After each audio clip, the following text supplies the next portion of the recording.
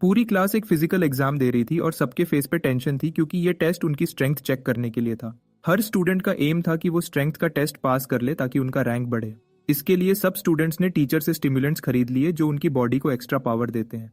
Stimulants सबने लिए थे, बस एक लड़के के अलावा जो हमारा मेन कैरेक्टर है, क्योंकि वो इतना गरीब था कि इतने महंगे स्टिमुलेंट्स लेने के लिए उसके पास पैसा नहीं था। जब एग्जाम स्टार्ट हुआ तो सब लोग अपनी पूरी ताकत लगा रहे थे। उनके हाथ में मैजिक रिस्ट वेट्स थे और उनको पहने हुए सब सिर्फ 30 पुलअप्स कर पा रहे थे। सब कोशिश कर रहे थे पर उनका बस वहीं तक था, यही उनकी लिमिट थी। जब हमारे एमसी की बारी आई तो सब उसे देखने लगे कि ये क्या करेगा। उसके लिए टीचर के दिल में थोड़ा गुस्सा था क्योंकि उस लड़के ने स्टिमुलेंट्स नहीं खरीदे थे। इसलिए टीचर ने उसके ब्रेसलेट का वजन और बढ़ा दिया ताकि वो फेल हो जाए। लेकिन उस लड़के ने हिम्मत नहीं हारी और वो लड़का रुकने वाला नहीं था। उसने एक गहरी सांस ली और पुलअप्स स्टार्ट किए। सबके देखते देखते उसने 100 पुलअप्स कर लिए और सबको शॉक कर दिया। बाकी स्टूडेंट्स समझ ही नहीं पाए कि ये गरीब सा लड़का उन सबसे आगे कैसे निकल गया। लेकिन यही था उसकी असली ताकत का राज, जो कोई नहीं जानता था। उस लड़के का नाम जोचेन था, एक ई रैंकर जो बिल्कुल गरीब था और कर्जे में डूबा हुआ था। उसने सोचा अपनी बेकार जिंदगी सुधारने का सिर्फ ये एक ही है, आखिरी तरीका है, एक डीमन को बुलाना। उसका यकीन था कि अगर वो किसी शैतान को समन करेगा तो वो उसके साथ कोई डील करेगा जिसमें डीमन उसे ताकत और दौलत देगा और बदले में कुछ छोटी सी चीज मांग लेगा, जैसे उसकी एक दुआ या थोड़ा वक्त। लेकिन उसे ये नहीं पता था कि शैतान के साथ डील कभी सीधी नहीं होती। जो लोग डीमन से मांगते हैं उन्हें हमेशा उसके बदले में कुछ न कुछ बुरा देना पड़ता है, कभी अपनी रूह, कभी अपनी आजादी और कभी अपनी पूरी जिंदगी। लेकिन उसने यह बात तब समझी जब आसमान से बिजली गिर गई और उसकी जिंदगी वहीं खत्म हो गई। कुछ पल बाद उसने अपने आप को एक अजीब जगह पर पाया जहां उसका सर दर्द से फट रहा था। उसने सोचा उसका इंपॉर्टेंट प्रोजेक्ट अभी कंप्लीट नहीं हुआ और ये क्या हो गया है उसके साथ। जब उसने शीशे में अपना फेस देखा तो वो होश में नहीं रहा। उसका फेस बिल्कुल बदल चुका था, जिसे देखकर वो पूरा शॉक में आ गया था। उसने आसमान में एक बड़ा सफेद पेड़ देखा और सोचने लगा कि ये सब क्या हो रहा है। तब एक अजीब आत्मा ने उसको समन करने पर मुबारक दी और कहा कि वो उससे 3 विशेष मांग सकता है। ये सुनकर वो थोड़ा घबरा गया और समझ गया कि उसे एक दूसरी दुनिया में भेज दिया गया है। पहले तो उसने सोचा कि शायद ये सब कोई सपना है, लेकिन जब उसने अपने आसपास देखा, हवा में तैरती हुई किताबें, उजाले से चमकती जमीन और आसमान में अजीब रंगों का नूर, तो उसे समझ आ गया कि ये कोई आम जगह नहीं है। तब उसे 3 विशेष थोड़ी कम लगी तो उसने अपनी पहली विश में ही 10 विशेष मांग ली। ये सुनकर वो डिमोनिक बुक अजीब सी मुस्कुराई और तुरंत समझ गई कि ये उसका असली बुलाने वाला नहीं है। फिर डीमन अपनी असली शक्ल में आ गया जब उसे पता चला कि जोचन के जिस्म में एक नई रूह आ गई है। अब जोचन दोनों तरफ से कंफ्यूज और डर के मारे पसीना पसीना हो गया जब उसने वो मॉन्स्टर देखा। मॉन्स्टर ने बताया कि उसने असली रूह को खा लिया था और अब उसके जिस्म को पूरी तरह अपना बनाना था। तब उस लड़के को समझ आया कि उसे गलत दुनिया में भेज दिया गया है। ये सुनते ही जोचन ने तुरंत वहां से भागने की कोशिश की ताकि अपनी जान बचा सके। जैसे ही वो भागने लगता है, डीमन अपनी उंगलियां छुटकाता है और एकदम से उसके जिस्म को आग लगा देता है और उसे कहता है कि कॉन्ट्रैक्ट तोड़ने का ख्याल भी उसको नरक जैसी सजा देगा। उसकी चीखें सड़कों पे गूंजती हैं और डीमन सोचता है कि अब यह बकवास खत्म करने का वक्त है, क्योंकि यह लड़का सच में उतना ही बेचारा है जितना उसने सोचा था। तभी हमारा कॉर्पोरेट बैकग्राउंड वाला हीरो एक आइडिया सोचता है। वो कहता है कि ये कॉन्ट्रैक्ट तोड़ना नहीं कहलाता, तुम्हारी दी हुई सजा ही मुझे अपना हिस्सा पूरा करने से रोक रही है। यानी अगर डीमन खुद अपनी सजा से मुझे रोक रहा है तो गलती मेरी नहीं, उसकी है। एक इंसान को अपने साथ डील करते देख डीमन हैरान हो जाता है। फिर जोचन मुस्कुराता है, बोलता है कि अगर ये पॉसिबल होता तो वो पहले ही उसके जिस्म पे कब्जा कर चुका होता। वो कॉन्फिडेंस से कहता है कि ये बस उसकी विल पावर का टेस्ट था और उसने खुद को काफी लायक साबित किया। उसकी ये बड़ी बड़ी बातें डीमन को हंसी छुड़ा देती हैं और वो कहता है कि ये पहला इंसान है जिसने शैतान के साथ डील करने का सोचा भी। तभी अचानक उसको कॉन्ट्रैक्ट साइन करने का मौका मिलता है और डीमन मान जाता है कि अगर वो एक भी विश पूरी कर ले तो उसको एक नई शुरुआत देगा।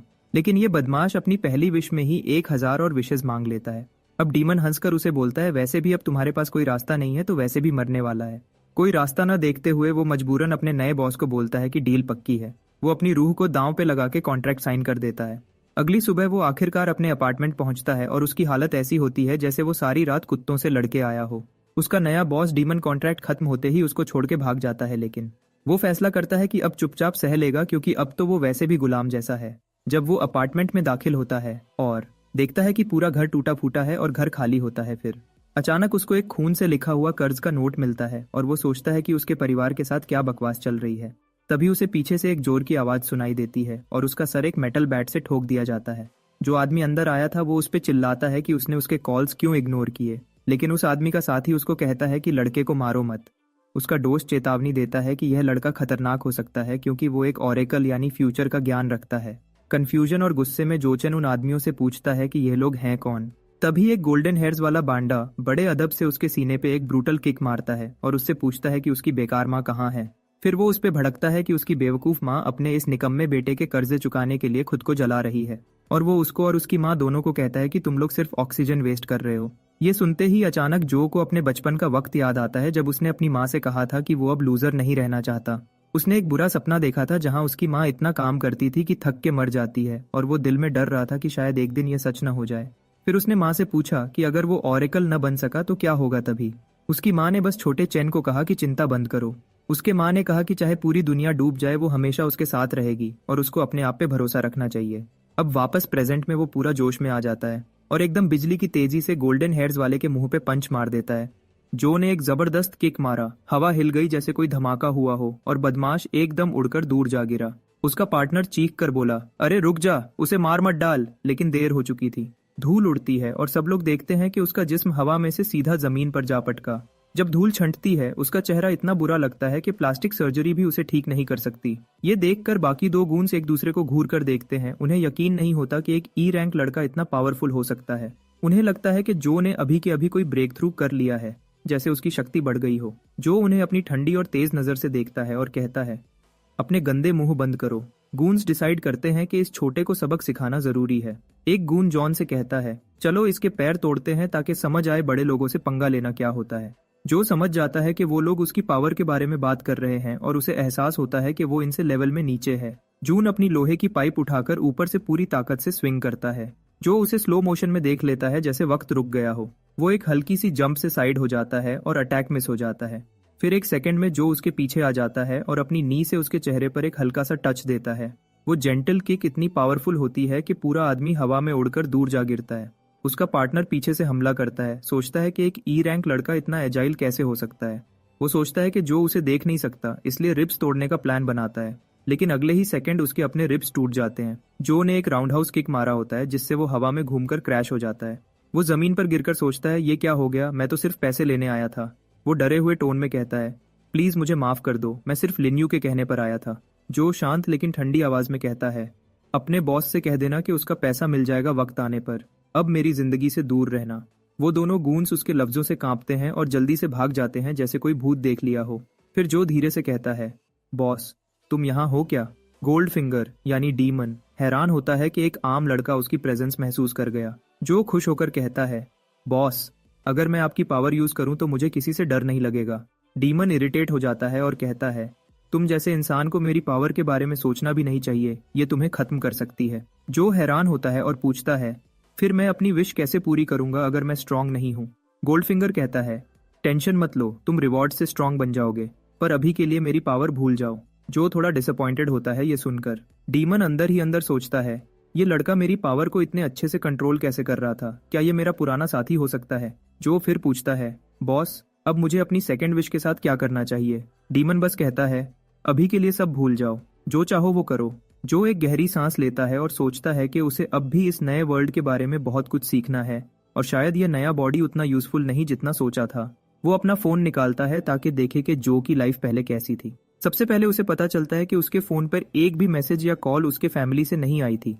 फिर अचानक से वो अपनी बहन का मैसेज देखता है और तुरंत ओपन करता है तो उसके हाथ थरथरा जाते हैं, क्योंकि जो लिखा होता है उसे देखकर वो बिल्कुल सांस लेना भूल जाता है। उसकी बहन ने लिखा होता है कि जल्दी आ जाओ भाई, माँ कोमा में चली गई है। कुछ देर बाद वो हॉस्पिटल पहुंच जाता है। वो दिल में खौफ और बेचैनी लिए हॉस्पिटल के कमरे का डोर जोर से खोलता है। अंदर उसकी बहन चिंता में डूबी हुई कुर्सी पर झुकी होती है। उसे एक पल लगता है समझने में कि माहौल कितना अनकंफर्टेबल है, और उसे समझ आता है कि यह सब उसके पहले के रूड बिहेवियर की वजह से है जिसने अपनों को नेग्लेक्ट किया है। वो धीरे से चलकर माँ के बेड तक जाता है।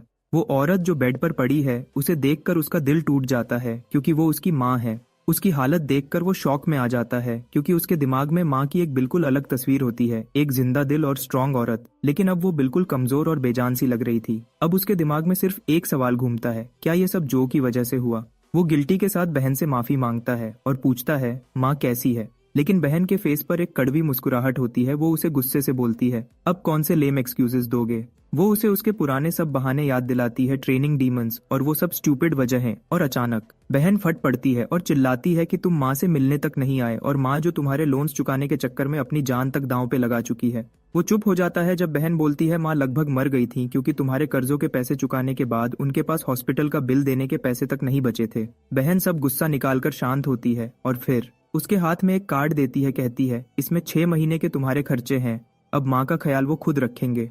वो पसीने से भीग जाता है, वो समझ नहीं पाता इसका मतलब क्या है।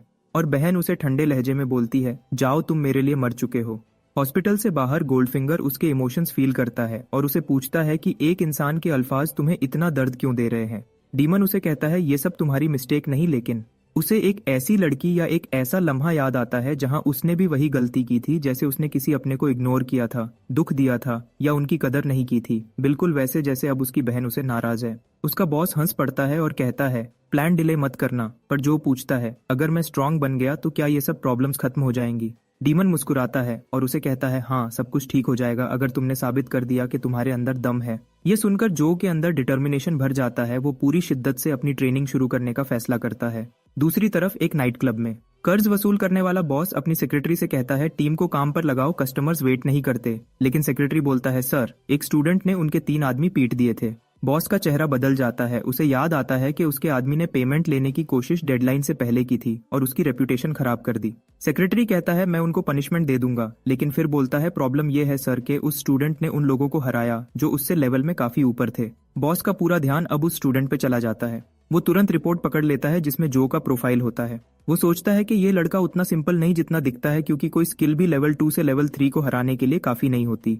आखिर में वो अपनी सेक्रेटरी को ऑर्डर देता है कि उस लड़के पर नजर रखो। अगली सुबह जो अब दर्द में डूबा नहीं होता, बल्कि अपने आप को बेहतर बनाने के रास्ते पर निकल चुका है। सुबह की जॉगिंग असल में उसके नए इरादे और बदलने की निशानी है। हमारा हीरो सुबह जॉगिंग कर रहा होता है, तभी उसका फ्रेंडली नेबर उसे सप्लीमेंट्स का एक अच्छा डील ऑफर करता है। लेकिन वो हंसते हुए कहता है, मैं बाद में आऊंगा अंकल। वो बूढ़ा आदमी उसे देखकर कहता है, लगता है बेटा को गर्लफ्रेंड मिल गई है, तभी इतना एनर्जेटिक लग रहा है। हॉस्पिटल से डिस्चार्ज होने के बाद जो ने पूरा टाइम अपने बॉडी को समझने और स्ट्रांग बनने में लगाया होता है, उसके साथ वो हर जगह से इन्फॉर्मेशन भी इकट्ठा करता है। उसे मालूम पड़ता है कि जिन लोगों के पास पावर्स होती हैं उन्हें ऑरेकल्स कहा जाता है, और वो इसलिए कर्जे में डूब गया क्योंकि स्ट्रांग बनने के सप्लीमेंट्स कर्ज लेकर खरीदता है जो इतने महंगे हैं जैसे किडनी बेचनी पड़ जाए। वो नहीं जानता कि इन सप्लीमेंट्स की लिमिट क्या है, लेकिन कुछ दिन की ट्रेनिंग और थोड़े ड्रग्स से ही उसका बॉडी काफी मस्कुलर लगने लगता है। जैसे ही वो ये सब सोच रहा होता है, तभी उसका फोन बजता है। फोन उठाते ही दूसरी तरफ से कोई चीख कर बोलता है कि वो टीचर के कहने के बावजूद स्कूल लौटकर क्यों नहीं आया। ये सुनते ही जो को याद आता है कि वो उन सबको पूरी तरह भूल गया था। अगले दिन स्कूल में उसे पता चलता है कि यहाँ टोटल 6 रैंक्स होती हैं, ए से लेकर ई तक, और हर रैंक के टॉप लेवल तक पहुंचने के बाद ही अगले रैंक में जा सकते हैं, जो एक बहुत मुश्किल प्रोसेस होता है। इसी रीजन से दुनिया 5 लेयर्स में बनती है, जहां ई रैंक वाले और नॉर्मल लोग सबसे बाहर के लेयर में रहते हैं और डी रैंक वाले थोड़ा अंदर के जोन में। अपने आप को लोएस्ट टीयर समझकर जो डिसाइड करता है कि उसे जल्दी से स्ट्रांग बनना होगा ताकि वो मिडिल लेयर्स में पहुंच सके। तभी कोई पीछे से आकर उसके सर पे जोर से मार देता है और उसके तरफ हंस कर देखता है। उसका दोस्त मजाक में कहता है कि ये लड़का तो इतना वीक लग रहा है कि हम दोनों इसे आसानी से पीट सकते हैं। ये सुनकर जो के अंदर अजीब से फीलिंग आती है कि आज भी ऐसे बांडर टाइप लोग दुनिया में हैं। तभी टीचर क्लास में आता है और सब चुप हो जाते हैं। बाद में बाहर वो स्ट्रेचिंग करता है और सोचता है कि अभी तक उसकी स्कूल लाइफ काफी ठीक चल रही है। तभी पीछे से कोई उसे बुलाता है। थोड़ी देर बाद बुगर गाय यानी क्लास का थोड़ा फनी सा लड़का ये देखकर शॉक में पड़ जाता है कि जो उनके क्लास के सबसे स्ट्रांग लड़के से लड़ रहा है। उसका दोस्त ज्यादा सरप्राइज नहीं होता क्योंकि वो पहले भी जो को लड़ते देखता रहा है। बुली गुस्से में बोलता है कि जो ज्यादा अक्कड़ दिखाने लगा है सिर्फ इसलिए क्योंकि उसके रिटन एग्जाम्स में अच्छे मार्क्स आए हैं। वो कहता है कि ऑरेकल की असली वैल्यू उसकी फिजिकल पावर से होती है और जो की लेवल 1 स्ट्रेंथ बिल्कुल बेकार है। ये सुनकर जो का दोस्त बोलता है कि तू भी तो लेवल 1 का कचरा ही है। बुली गुस्से में आकर जोर से जो को पंच मार देता है। जो आसानी से उसका हाथ पकड़ लेता है और उसका रिस्ट घुमाकर पूछता है, क्या आप बोल चुके हो। बुली शॉक में पड़ जाता है कि ये लड़का उससे ज्यादा स्ट्रांग कैसे हो गया और सोचता है क्या जो पहले से लंबा भी हो गया है। फिर जो उसके अपने वर्ड्स उसे वापस देकर कहता है कि स्ट्रेंथ ही सब कुछ होती है और प्यार से पूछता है, क्या मैं तेरा फेस तोड़ दूं। वो लड़का डर जाता है और पसीना पसीना हो जाता है। सोचता है कि अब तो मैं जरूर पिटने वाला हूँ। तभी कोच आता है और गुस्से में चिल्लाता है कि जो ने वापस क्लास में प्रॉब्लम शुरू कर दी है। कोच इरिटेट होकर कहता है, क्या तुम झगड़ा करने वापस आए हो। जो इनोसेंट फेस बनाता है और कहता है कि हम तो सिर्फ मजाक कर रहे थे। बुली अपना हाथ छुड़ाकर उसे कहता है कि मुझे छोड़ दे। जब सब शांत हो जाते हैं तो कोच एक लास्ट वार्निंग देता है और सबको लाइन में लगने का ऑर्डर देता है। थोड़ी देर बाद सब स्टूडेंट्स पुलअप बार के पास जमा हो जाते हैं और कोच जीजिया उन्हें मोटिवेट करने लगता है कि अगर टूर्नामेंट में अच्छे रिजल्ट्स आए तो स्कूल का नाम रोशन होगा और एलीट एकेडमीज के दरवाजे खुलेंगे। स्पीच के एंड में वो अपने मिरेकल सप्लीमेंट्स का प्रमोशन शुरू कर देता है जैसे कोई छोटा मोटा स्कैम बेच रहा हो। चैलेंज स्टार्ट होता है और बुली एक ही ट्राई में 50 पुलअप्स मार देता है। अब चैलेंज ऑफिशियली शुरू होता है। ये देखकर क्लास रिप्रेजेंटेटिव के चेहरे पर बिल्कुल भी इंप्रेस होने जैसा एक्सप्रेशन नहीं थे। उसने थोड़ा सार्कास्टिक अंदाज में बोला, ये टेस्ट तो किसी टिकटॉक चैलेंज जैसा लग रहा है, सीरियस एग्जाम जैसा नहीं लग रहा। तभी पीछे से उसे एक आवाज आई। किसी ने उससे पूछा कि आर यू ओके, और वो आवाज जो की होती है। ये सुनते ही क्लास रिप्रेजेंटेटिव ने उसे बताया कि वो थोड़ी परेशान थी क्योंकि जो ने कई दिन से उसके मैसेजेस इग्नोर किए थे। जो ने तुरंत मुस्कुराते हुए बात कवर करने की कोशिश की और बोला, नहीं वो बस थोड़ी क्यूरियस थी मेरे बारे में। लेकिन फिर उसने जेंटली उससे रीअश्योर किया कि कुछ भी सीरियस नहीं हुआ, मतलब उसके साथ कोई प्रॉब्लम नहीं हुई।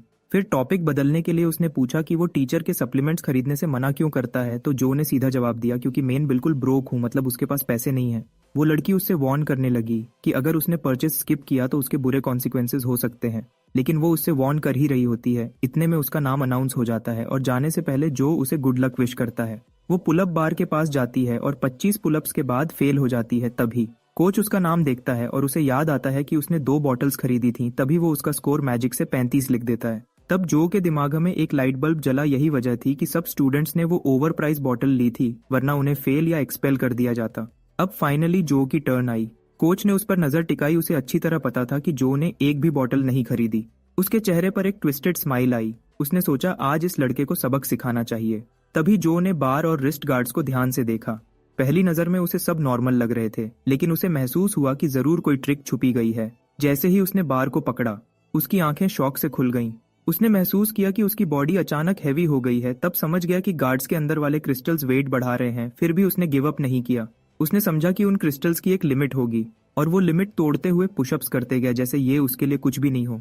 बाकी स्टूडेंट्स उसकी तरफ हैरानी से देखे जा रहे थे कि जो लड़का सबसे वीक समझा जाता था वो उन सबसे आगे निकल गया। जब जो ने 100 रेप्स क्रॉस कर लिए, सब चिल्लाने लगे कि वो तो कम से कम सेकंड ईयर का स्टूडेंट होगा। जैसे ही जो ने बार छोड़ी, स्टूडेंट्स उसके आसपास भीड़ लगा के लगातार एक ही सवाल पूछने लगे, वो इतना कैसे कर पाया। कोच भी वहीं खड़ा रह गया, शॉक में जम गया। उसके दिमाग में ये डाउट घूम गया कि कहीं जो ने सीक्रेटली एनहांसर्स तो यूज नहीं किए। फिर उसके अंदर एक डर पैदा हुआ कि अगर स्टूडेंट्स को पता चल गया कि बिना उसके सप्लीमेंट्स के भी सक्सेस मिल सकती है तो उसका धंधा खत्म हो जाएगा। तभी उसके चेहरे पर एक शैतानी स्माइल आती है और वो अपने दिमाग में जो के लिए एक गंदा प्लान सोच लेता है। फिर प्रिंसिपल अपने ऑफिस में फोन पे गुस्से में बात कर रहा होता है। उसे बताया जाता है कि सेकंड ईयर इवेंट्स कैंसिल कर दिए गए हैं। वो आर्ग्यू करता है कि स्कूल ऑलरेडी अंडर फंडेड है और मुश्किल से थर्ड ईयर स्टूडेंट्स से चलता है।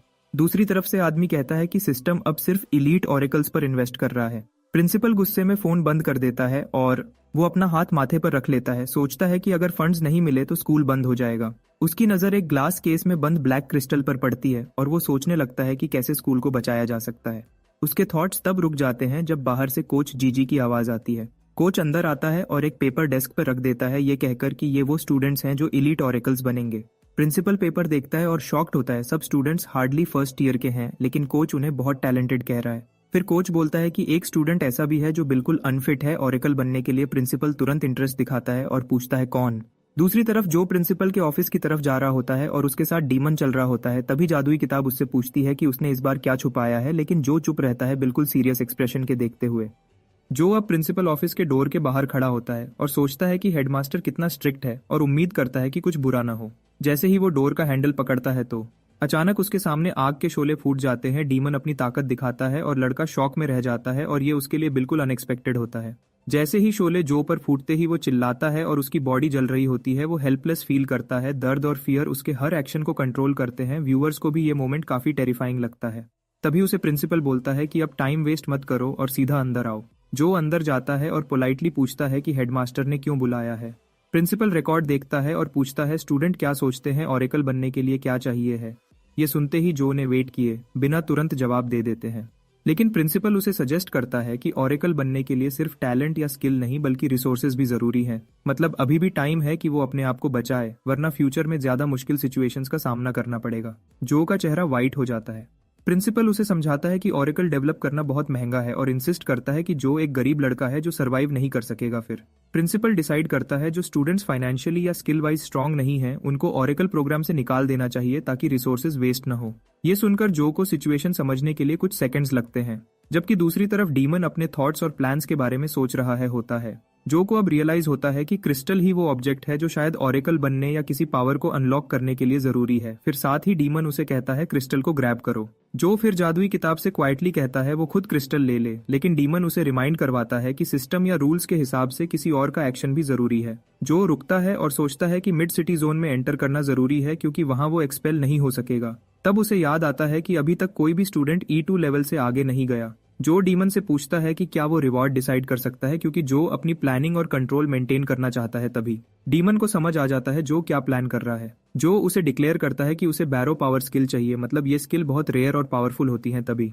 गोल्डफिंगर शाउट करता है कि उसकी ये चॉइस डेंजरस है, लेकिन जो स्टिल रिस्क लेने के लिए रेडी है ताकि वो एक्सपेल न हो जाए। अब जो धीरे से लेकिन पूरी हिम्मत के साथ बोलता है कि अगर वो स्कूल से एक्सपेल हो गया तो डीमन की विश कभी पूरी नहीं होगी, इसलिए वो डिमांड करता है कि कर्स्ड बुक उस पर भरोसा करे। डीमन थोड़ा घबरा जाता है, पर जो की आंखों में जो कॉन्फिडेंस है उससे लगता है कि वो मजाक नहीं कर रहा होता। गोल्डफिंगर बहुत मुश्किल से अग्री करता है और कहता है जो भी होगा अब से उसकी रिस्पॉन्सिबिलिटी नहीं है। तभी अचानक ग्लोइंग पैनल जो से ये कंफर्म करती है कि क्या वो बोरो पावर स्किल लेना चाहता है। तब जो बिना हेजिटेशन के हाँ कर देता है, मतलब वो पूरी तरह रेडी होता है रिस्क लेने के लिए। जब जो अपनी नई पावर एक्सेप्ट करता है तभी प्रिंसिपल उसकी सोच तोड़ देता है। वो गुस्से में उससे पूछता है कि क्या उसने कोई फाइनल बात कहनी है। तब जो फर्मली कहता है प्रिंसिपल पहले लेवल चेक करे फिर डिसाइड करे।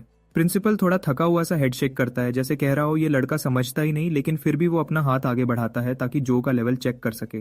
कॉन्टैक्ट पर प्रिंसिपल नोटिस करता है जो की स्ट्रेंथ रिकॉर्ड से ज्यादा है, लेकिन स्कूल में स्टे करने के लिए इनफ नहीं है। जो आइज क्लोज करता है और रियलाइज करता है ये लास्ट चांस है और डेस्परेटली स्टार एनर्जी अब्सॉर्ब करने की कोशिश करता है। उस मोमेंट जो अपनी सारी एनर्जी कॉन्सेंट्रेट करता है और उसके बॉडी से एक प्योर ऑरा निकलने लगता है, जैसे एक स्ट्रॉन्ग लाइट या पावर वेव उसके अंदर से बाहर आ रही हो। उसका चेहरा सीरियस होता है और लगता है कि वो अपनी लिमिट तोड़ रहा है। प्रिंसिपल शॉक हो जाता है। इवन डीमन भी सरप्राइज्ड होता है। वो सोचता है ये कैसे हो गया, उसकी पावर तो मेरी दी हुई एनर्जी से भी ज्यादा है। प्रिंसिपल एकदम पीछे हट जाता है शॉक में। उसके चेहरे पे कंफ्यूजन और डिसबिलीफ होता है। वो समझ नहीं पाता कि अभी अभी क्या हुआ। जो की पावर देखकर उसका दिमाग हिल जाता है, जैसे उसने कुछ असंभव देख लिया हो। प्रिंसिपल के दिमाग में एकदम से क्लिक होता है और वो समझ जाता है कि जो ने अभी अभी ब्रेक थ्रू कर लिया है, मतलब उसने अपना लेवल तोड़कर 4th लेवल तक रीच कर लिया है, जो चीज उसके स्कूल में कभी किसी स्टूडेंट ने नहीं की थी। ये देखकर प्रिंसिपल थोड़ा पैनिक होता है, पर फिर खुद को संभालता है। फिर प्रिंसिपल अपनी सीरियस टोन बदल देता है और जो को बुलाता है कह उससे स्कूल के अपकमिंग टूर्नामेंट में पार्टिसिपेट करना होगा। ये सुनकर जो सरप्राइज्ड हो जाता है। उसे समझ नहीं आता कि हेडमास्टर के टोन सडनली इतनी फ्रेंडली कैसे हो गए। जब सिचुएशन थोड़ी क्लियर होती है तो जो को समझ आता है कि प्रिंसिपल शायद उसे यूज करना चाहता है ताकि स्कूल का नाम एजुकेशन डिपार्टमेंट के सामने अच्छा दिख सके। उसी लम्हे प्रिंसिपल खुद मान लेता है कि स्कूल के हालात खराब हैं और उसने यूजलेस स्टूडेंट्स को निकालने का प्लान बनाया था। फिर वो जो से माफी मांगता है कि उसने उसे भी उस मैस में फंसा दिया था। उसके बाद प्रिंसिपल उसे फुल स्कॉलरशिप देने का वादा करता है और हर वीक उसे 6 बॉटल सप्लीमेंट्स देने का भी कहता है। फिर प्रिंसिपल सबको क्लियर कह देता है कि अब जो को स्कूल को रिप्रेजेंट करना ही होगा क्योंकि एकेडमी का फ्यूचर अब उस पर डिपेंड करता है। ये बात सुनकर जो को प्रिंसिपल की डेस्परेशन समझ आती है और वो अपना चांस लेते हुए पूछता है कि क्या वो शेल्फ पर रखा ब्लैक क्रिस्टल ले सकता है। प्रिंसिपल उसे एक्सप्लेन करता है कि वो ब्लैक स्टार क्रिस्टल से बना हुआ है जो ओल्ड प्रिंसिपल लेकर आए थे और ये स्कूल के फेथ और ऑनर का सिंबल है। फिर उसने थोड़ी देर सोचकर कहा कि अगर स्कूल ही बंद हो गया तो सिंबल का क्या फायदा, और क्रिस्टल देने के लिए मान गया। जो ने कॉन्फिडेंट टोन में कहा कि वो पूरी जान लगा देगा और टूर्नामेंट जीतकर दिखाएगा। प्रिंसिपल ने तब टॉपिक बदलते हुए उससे पूछा कि वो इतना स्ट्रांग कैसे हो गया है। जो ने बिल्कुल कैजुअल अंदाज में बोला कि वो तो बस अपनी स्ट्रेंथ छुपा रहा था, मतलब अब तक उसने अपनी असली पावर दिखाई ही नहीं थी। ये सुनकर प्रिंसिपल थोड़ा शॉक हो जाता है, जैसे उसका गला रुक गया हो। वो सोचता है कि अपनी पावर लेवल छुपाना तो एक अल्टीमेट प्रो गेमर मूव है। फिर वो जल्दी से उससे वादा करता है कि ये बात किसी को नहीं बताएगा, ये बात दोनों के बीच एक सीक्रेट ही रहेगा। तभी एक फीमेल टीचर रूम में आती है और प्रिंसिपल उससे कहता है कि वो जो को एलीट क्लास तक ले जाए। थोड़ी देर बाद वो टीचर बताने लगी कि पूरा 2nd फ्लोर सिर्फ एलीट स्टूडेंट्स के लिए है। फिर उसने कैजुअली पूछा कि जो का प्रिंसिपल से क्या रिश्ता है, पर जो उसे कोई जवाब नहीं देता। तभी कोच जीजी फुल स्पीड में आया और बोला कि उसने प्रिंसिपल से रिक्वेस्ट की थी डिसीजन बदलने की, पर कोई फायदा नहीं हुआ क्योंकि उसे लगता है प्रिंसिपल जो को निकाल चुका है और वो उसे बचाने आया है। फीमेल टीचर ने उसकी बात काट दी और कहा कि जो एक्सपेल नहीं हो रहा बल्कि एलीट क्लास में शिफ्ट हो रहा है। उसने ये भी बताया कि प्रिंसिपल अब उससे मिलना चाहता है और ये सुनकर कोच का चेहरा बिल्कुल सफेद पड़ जाता है। रात को जो अपने छोटे से अपार्टमेंट में वापस आता है और बेड पर गिरते हुए बोलता है कि एक गरीब लड़का इतने कम टाइम में लेवल 4 कैसे रीच करे। डीमन ने उसे तुरंत याद दिलाया कि उसे अपना मिशन भूलना नहीं है। गोल्डफिंगर जो को वार्न करता है कि उसकी पावर हमेशा इंसानों को बेवकूफ नहीं बना सकती। जो ये बात समझ गया था, फिर भी वो सोचता है कि अब तो उसे फ्री सप्लीमेंट्स मिल रहे हैं और एक्सपेल होने से भी बच गया है, तो जिंदगी अभी कुछ बुरी नहीं लग रही, मतलब अभी तक सब ठीक चल रहा है। जब उसने फोन देखा तो तब उसे समझ आई कि असली प्रॉब्लम तो अभी भी है, वो है कर्ज का पहाड़। उसने सोचा जल्दी से पैसा कमाने का प्लान बनाना होगा। अगले दिन स्कूल में जो पहले से ज्यादा उदास दिख रहा था। वो चारों तरफ देखता है तो जगह पुरानी और धूल से भरी हुई लगती है और कहता है ये कैसी खराब जगह है। फिर अचानक कोई उसका नाम लेता है। डोर से एक आदमी हाथ हिलाता हुआ उसे बुलाता है। वो आदमी उसे मुस्कुराते हुए कहता है इधर आओ। वहां दोनों के बीच बात शुरू होती है। वो आदमी जो से माफी मांगता है, बोलता है कि उसे पहले ही मिल लेना चाहिए था, पर वो हमेशा अपनी क्लास ड्यूटीज में इतना बिजी रहता है कि टाइम नहीं मिल पाया। मतलब वो जो से पहली बार मिलकर थोड़ा फ्रेंडली अंदाज में बात करता है। उसने अपना नाम टीचर जंग बताया और जो ने तुरंत उससे पूछा क्या सच में यहाँ सिर्फ एक ही टीचर है। जांग ने हल्का सा सर खुजाकर कहा कि स्कूल की हालत अच्छी नहीं चल रही और एडवांस्ड क्लास में सिर्फ वही टीचर असाइन है। उसने कहा कि वो लोग अंदर के एरिया में ट्रेनिंग करते हैं, इसलिए बाहर के हॉल्स में धूल जम गई है। जब उन्होंने डोर खोला तब टीचर ने उसे कहा टेंशन मत लो, फैसिलिटीज अभी भी बेस्ट हैं, और उसे वादा किया कि वो उसे कभी बोर नहीं होने देगा। जो अंदर आते ही बस खामोशी से देखते रहता है, उसकी आंखों में हैरानी होती है। अंदर का सीन बाहर से बिल्कुल अलग लगता है, जैसे किसी वर्ल्ड क्लास जिम का इंटीरियर हो। उसका टीचर जांग उससे समझाता है कि यहाँ सब स्टूडेंट्स अपनी सेल्फ ट्रेनिंग कर रहे हैं और वो उन सबसे उसका इंट्रोडक्शन करवा देता है। लेकिन जो को ऐसे लगता है जैसे वो किसी 5 स्टार फिटनेस क्लब में आ गया हो। यहाँ सब स्टूडेंट्स एनर्जी से भरे हुए होते हैं, लेकिन कुछ स्टूडेंट्स उसकी तरफ अजीब से नजर से देखते हैं, जैसे कुछ सोच रहे हों। टीचर सबको बुलाता है और कहता है कि नए स्टूडेंट से मिल लो। तब जो पोलाइटली सबको नमस्ते करता है और रिस्पेक्ट से उनसे पेश आता है ताकि उनपे उसका अच्छा इंप्रेशन पड़ सके। तभी पीछे से एक रेड हेयर वाला लड़का बदतमीजी करता है। वो अपने हाथ को फोल्ड करके मुस्कुराता है और जो का मजाक उड़ाकर कहता है कि एक्टिंग बंद करो और मान लो तुम यहाँ अपनी पावर से नहीं बल्कि किसी रेफरेंस से आए हो। ये सुनते ही टीचर तुरंत गुस्सा हो जाता है और उस लड़के को डांटता है। कहता है जो सिर्फ अपनी स्किल के दम पर ट्रांसफर हुआ है। लेकिन वो लड़का जिसका नेम विनहाओ है वो बात नहीं मानता और उसकी आंखें तेज हो जाती हैं जैसे किसी शिकार को देख रहा हो, और वो जो को फाइट के लिए चैलेंज कर देता है। ये सुन के बाकी स्टूडेंट्स एक्साइटेड हो जाते हैं क्योंकि काफी टाइम बाद कोई युद्ध होने वाला है और सब गॉसिप करने लगते हैं। एक ब्राउन हेयर वाला लड़का पीछे से पूछता है क्या हो रहा है, तो एक पिंक हेयर वाली लड़की बताती है कि फाइट होने वाली है। ये सुनकर लड़का और इंटरेस्टेड हो जाता है और पूछता है ये नया ट्रांसफर होने वाला स्टूडेंट कौन है। टीचर जो को कहता है कि चैलेंज एक्सेप्ट मत कर ले, लेकिन जो बिना सोचे तुरंत एक्सेप्ट कर लेता है। जो बिल्कुल शांत अंदाज में कहता है कि उसे फाइट से कोई प्रॉब्लम नहीं है, बस एक शर्त है, लीथल फोर्स मतलब मार देने वाली या जानलेवा पावर यूज नहीं होगी, यानी दोनों सिर्फ प्रैक्टिस फाइट करेंगे बिना किसी को सीरियस चोट पहुंचाए।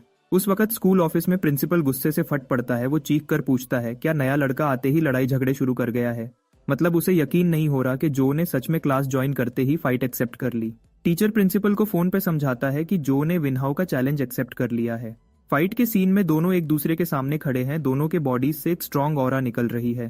प्रिंसिपल ये सब सुनकर थोड़ा कंफ्यूज होता है, पर फिर सोचता है शायद वो लड़का अपना लेवल चेक करना चाहता है, इसलिए वो उसे युद्ध की परमिशन दे देता है। थोड़ी देर बाद दोनों अपनी अपनी साइड पर रेडी खड़े होते हैं। टीचर रूल्स समझाता है। पहला रूल कोई आउटसाइड हेल्प नहीं करेगा और दोनों को सेम स्टार लेवल पर कम्पीट करना होगा। वेनहाउ को यकीन नहीं होता कि जो भी ई रैंक ऑरेकल है, मतलब उसके जैसा ही लेवल का स्टूडेंट है। टीचर दोनों को समझाता है और रूल्स बताता है कि फाइट के दौरान किसी भी वाइटल पॉइंट यानी बॉडी के नाजुक हिस्सों पर अटैक करना बिल्कुल मना है, मतलब फाइट फेयर और सेफ होनी चाहिए।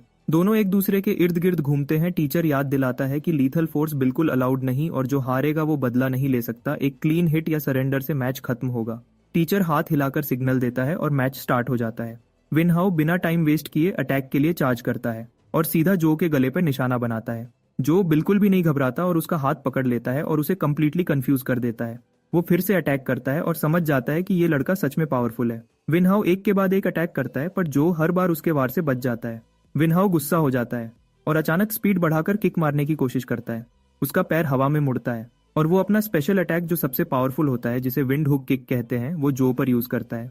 जो तुरंत अपने हाथ से उसके अटैक को ब्लॉक कर लेता है, मतलब उसने वेनहाउ का किक रोक लिया। रेड हेयर लड़का यानी वेनहाउ मुस्कुराता है। उसे लगता है कि अब मैच खत्म हो गया है, मतलब वो समझता है कि अब जो हार चुका है और वो जीत गया है। लेकिन इसी पोजीशन में जो अचानक एक तेज किक उसके गले की तरफ मार देता है। वो लड़का तुरंत संभलने की कोशिश करता है और हैरान होकर सोचता है ये बंदा मार्शल आर्ट्स कैसे जानता है।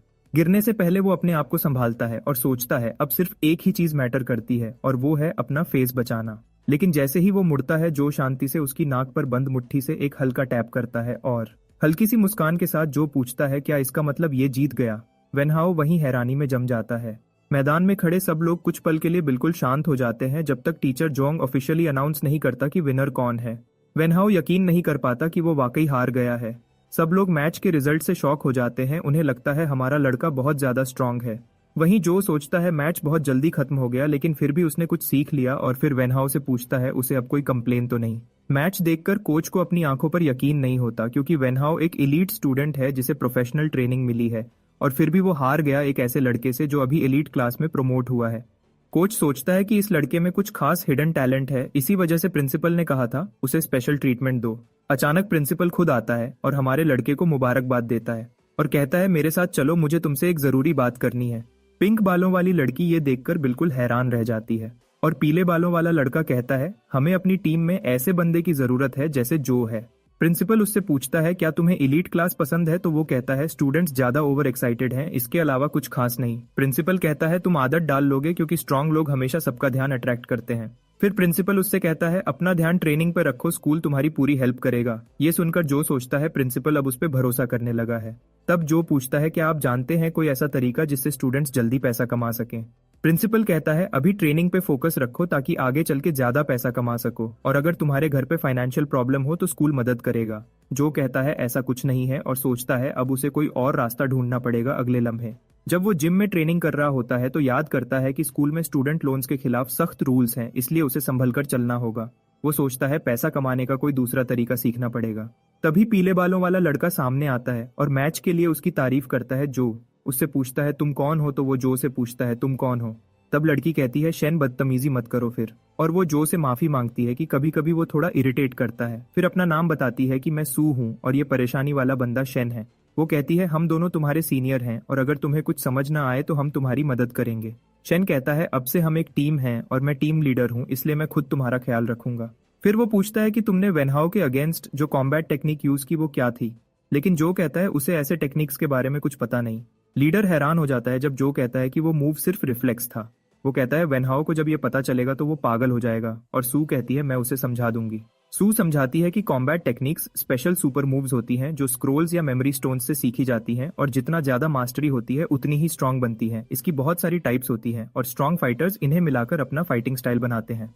शेन कहता है वेनहाउ ने मैच में D rank combat technique use की थी जिसका नाम था हुक विंड किक। ये सुनकर जो सोचता है इसलिए वो उस किक को प्रॉपरली ब्लॉक नहीं कर पाया था, और अगर ऐसे टेक्निक्स उसके पास होती तो चांसेस और ज्यादा होते। वो पूछता है क्या ये रेयर होती है। लीडर समझाता है इनकी रैरिटी रैंक पर डिपेंड करती है। स्कूल बेसिक टेक्निक्स सिखाता है लेकिन पावरफुल टेक्निक्स सिर्फ दो तरह से मिलती हैं, या तो कोई खरीदता है या कोई शेयर करता है, लेकिन ये बहुत महंगी होती है। आज के टाइम में एक सिंपल डी रैंक टेक्निक भी 500,000 के आसपास होती है। फिर दोनों शो ऑफ करते हुए कहते हैं कि उनके पास अपनी कॉम्बैट टेक्निक्स हैं, अगर चाहें तो दिखाएंगे। जो सोचता है ये दोनों तो बहुत अमीर लगते हैं जिनके लिए इतनी बड़ी अमाउंट कुछ भी नहीं। तब अचानक उसके दिमाग में ख्याल आता है कि ये दोनों से पूछा जाए कि क्विक पैसा कमाने के रास्ते क्या हैं। तो वो उनसे पूछता है क्या कोई फास्ट वे है पैसा कमाने का, लेकिन साथ ही वो कहता है वो कोई इलीगल काम नहीं करेगा जैसे कि बैंक लूटना।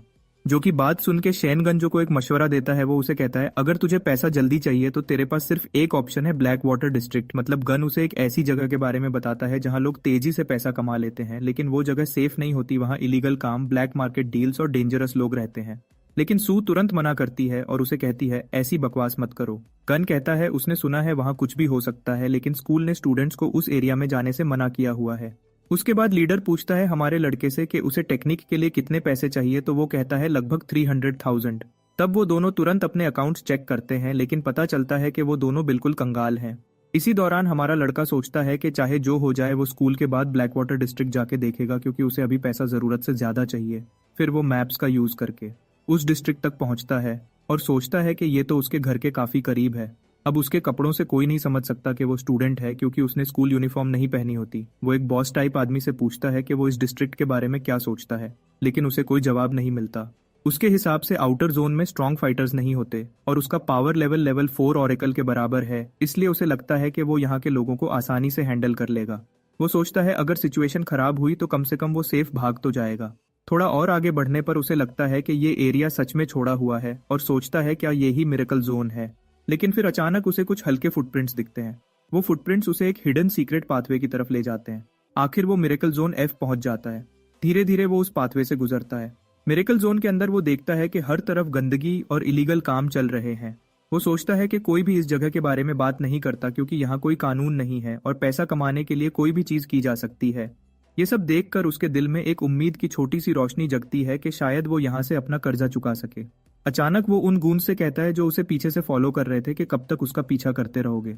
उनमें से एक गूंज कहता है कि उसके सिक्स्थ सेंस बहुत शार्प है। वो तो प्लान बना रहा था कि जब ये बिल्कुल केयरलेस हो जाए तब अटैक करेगा, लेकिन अब सब बदल गया है और वो सबके सामने पीटेगा। वो कहता है उसने ऐसे लड़के पहले भी देखे हैं, अमीर घर के बच्चे जो रूप बदलकर ब्लैक वाटर डिस्ट्रिक्ट आते हैं और फिर उनके शिकार बन जाते हैं। जो सोचता है ये बंदा बिल्कुल इडियट है क्योंकि मैं खुद तो बिल्कुल कंगाल हूँ। गून कहता है कि वो एक ऑरेकल है, इसलिए अगर उसने भागने की कोशिश करेगा तो कोई फायदा नहीं, बेहतर यही है कि अपने पॉकेट खाली करे वरना जिंदा नहीं बचेगा। ये सुनकर हमारा लड़का कहता है कि तुम लोग तो बड़े बदतमीज हो, और एक ही स्ट्राइक में वो गूंस के लीडर को बेहोश कर देता है। बाकी दोनों गून गुस्से से पागल हो जाते हैं कि उनका लीडर इतनी आसानी से कैसे गिर गया। तभी अचानक दोनों एक साथ उस पर झट से दौड़ते हैं पीछे से वार करने के लिए, लेकिन अचानक कुछ लकड़ी के क्रेट्स दोनों पर गिरते हैं। इसी दौरान एक मिस्टीरियस लड़की तुरंत आके हमारे लड़के का हाथ पकड़ लेती है और कहती है मेरे साथ चलो। फिर वो दोनों वहां से भाग जाते हैं। वो लड़की उसे लेकर एक हिडन सेफ प्लेस तक पहुंचती है जो उसका शुक्रिया करता है, लेकिन असल में ये उसके लिए बहुत हैरानी की बात होती है क्योंकि दो गूंस को हराने के बाद वो उनसे सवाल करने वाला था कि वो दोनों किस काम में इन्वॉल्व हैं। अब लड़की ऐसे एक्ट करती है जैसे वो जो को पहले से जानती हो और पूछती है कि वो यहाँ क्या कर रहा है, लेकिन तुरंत वो पैनिक हो जाती है। उसे याद आता है कि उसे अपनी आइडेंटिटी छुपानी है। जो उससे पूछता है क्या वो असल में उसे जानती है, लेकिन वो टॉपिक बदल देती है और कहती है कि उसने बस उसका नाम उसके कॉलर पर पढ़ा। जो अपना नेम टैग नोटिस करता है उसे भी अभी ही पता चलता है कि उसका नेम कॉलर पर लिखा हुआ है। तब वो तुरंत उस टैग को रिमूव कर देता है। वो सोचता है ये अच्छा है कि लड़की उसे नहीं जानती और उसका शुक्रिया भी अदा करता है। दूसरी तरफ लड़की खुद भी खुश होती है कि उसने अपनी असली आइडेंटिटी रिवील नहीं की। वो लड़की उसे एडवाइस देती है कि अपनी इन्फॉर्मेशन अच्छी तरह छुपाए क्योंकि ये एरिया बहुत डेंजरस है, और कहती है कि वो उसे यहाँ से बाहर निकाल देगी, लेकिन जो मना कर देता है क्योंकि वो यहाँ पैसा कमाने आया है। जो डिसाइड करता है कि वो यहाँ से वॉक अवे करे क्योंकि अगर लड़की को पता चल गया कि वो स्टूडेंट है तो वो बहुत चिंता में आ जाएगा। फिर जब जो चला जाता है लड़की सोचती है कि वो डेफिनेटली जानती है कि वो कौन है और सोचती है कि एक स्टूडेंट मिरेकल जोन में क्या कर रहा है। जब उसने जो कुछ हुआ उसे स्ट्रेंज फीलिंग आई, लगता है कि वो ऑलरेडी ऑरेकल बन गया है। इसी दौरान जो एक मास्क खरीदता है ताकि उसकी आइडेंटिटी लीक ना हो। वो सोचता है कि अभी तक उसने पैसा कमाने का कोई तरीका नहीं ढूंढा। अचानक एक स्ट्रेंजर उसके पास आता है और उसे कहता है कि वो यहाँ का लोकल टूर गाइड है। वो कहता है कि वो जो के सारे सवालों का जवाब दे सकता है। ये सुनकर जो क्यूरियस हो जाता है और पूछता है क्या वो जानता है कोई ऐसी जगह जहाँ वो क्विक पैसा कमा सकता है। ये सुन के गाइड बहुत खुश होता है क्योंकि उसे लगता है कि अब उसे एक और पार्टिसिपेंट मिल गया है। फिर वो उसे प्राउडली कहता है कि उसे फॉलो करे। गाइड जो को एक फाइटिंग अरीना ले जाता है। जो पूछता है क्या ये अंडरग्राउंड फाइट क्लब है। गाइड कहता है बिल्कुल सही, और यही फास्ट कैश कमाने का मोस्ट एफिशिएंट तरीका है। गाइड एक्सप्लेन करता है कि आज विनर को प्राइज मनी मिलेगा और साथ ही बेट का पैसा भी। ऑरेकल्स भी फाइट्स में पार्टिसिपेट करते हैं, इसलिए ये matches high risk high reward होते हैं। जो ऑनगोइंग फाइट देखकर सोचता है कि डेफिनेटली उसके पास जीतने का चांस है। गाइड उससे पूछता है क्या वो पार्टिसिपेट करना चाहता है क्योंकि वो उसके लिए बेटिंग चिप्स अरेंज कर सके। जो कहता है कि वो प्राइज मनी के लिए अपना चांस जरूर लेगा। फिर अचानक वही मिस्टीरियस लड़की फाइट क्लब में एंटर करती है और जो को ढूंढने लगती है। वो देखती है जो रिंग के अंदर खड़ा है और सोचती है कि वो यहाँ क्या कर रहा है। वहाँ एक अगली गाय जो के सामने बड़ा एरोगेंट एक्ट करता है और उससे कहता है क्या वो पावरफुल फाइटर है, लेकिन जो एक ही स्ट्राइक में उसे नॉकआउट कर देता है। क्राउड सोचता है ये बोरिंग है क्योंकि हर फाइटर सिंगल पंच में गिर रहा है। जो सोचता है कि इसे जल्दी खत्म करना चाहिए और वो अगले दो फाइटर्स को भी तुरंत हैंडल कर लेता है। क्राउड और स्टाफ फाइट्स देखकर कंफ्यूज हो जाते हैं।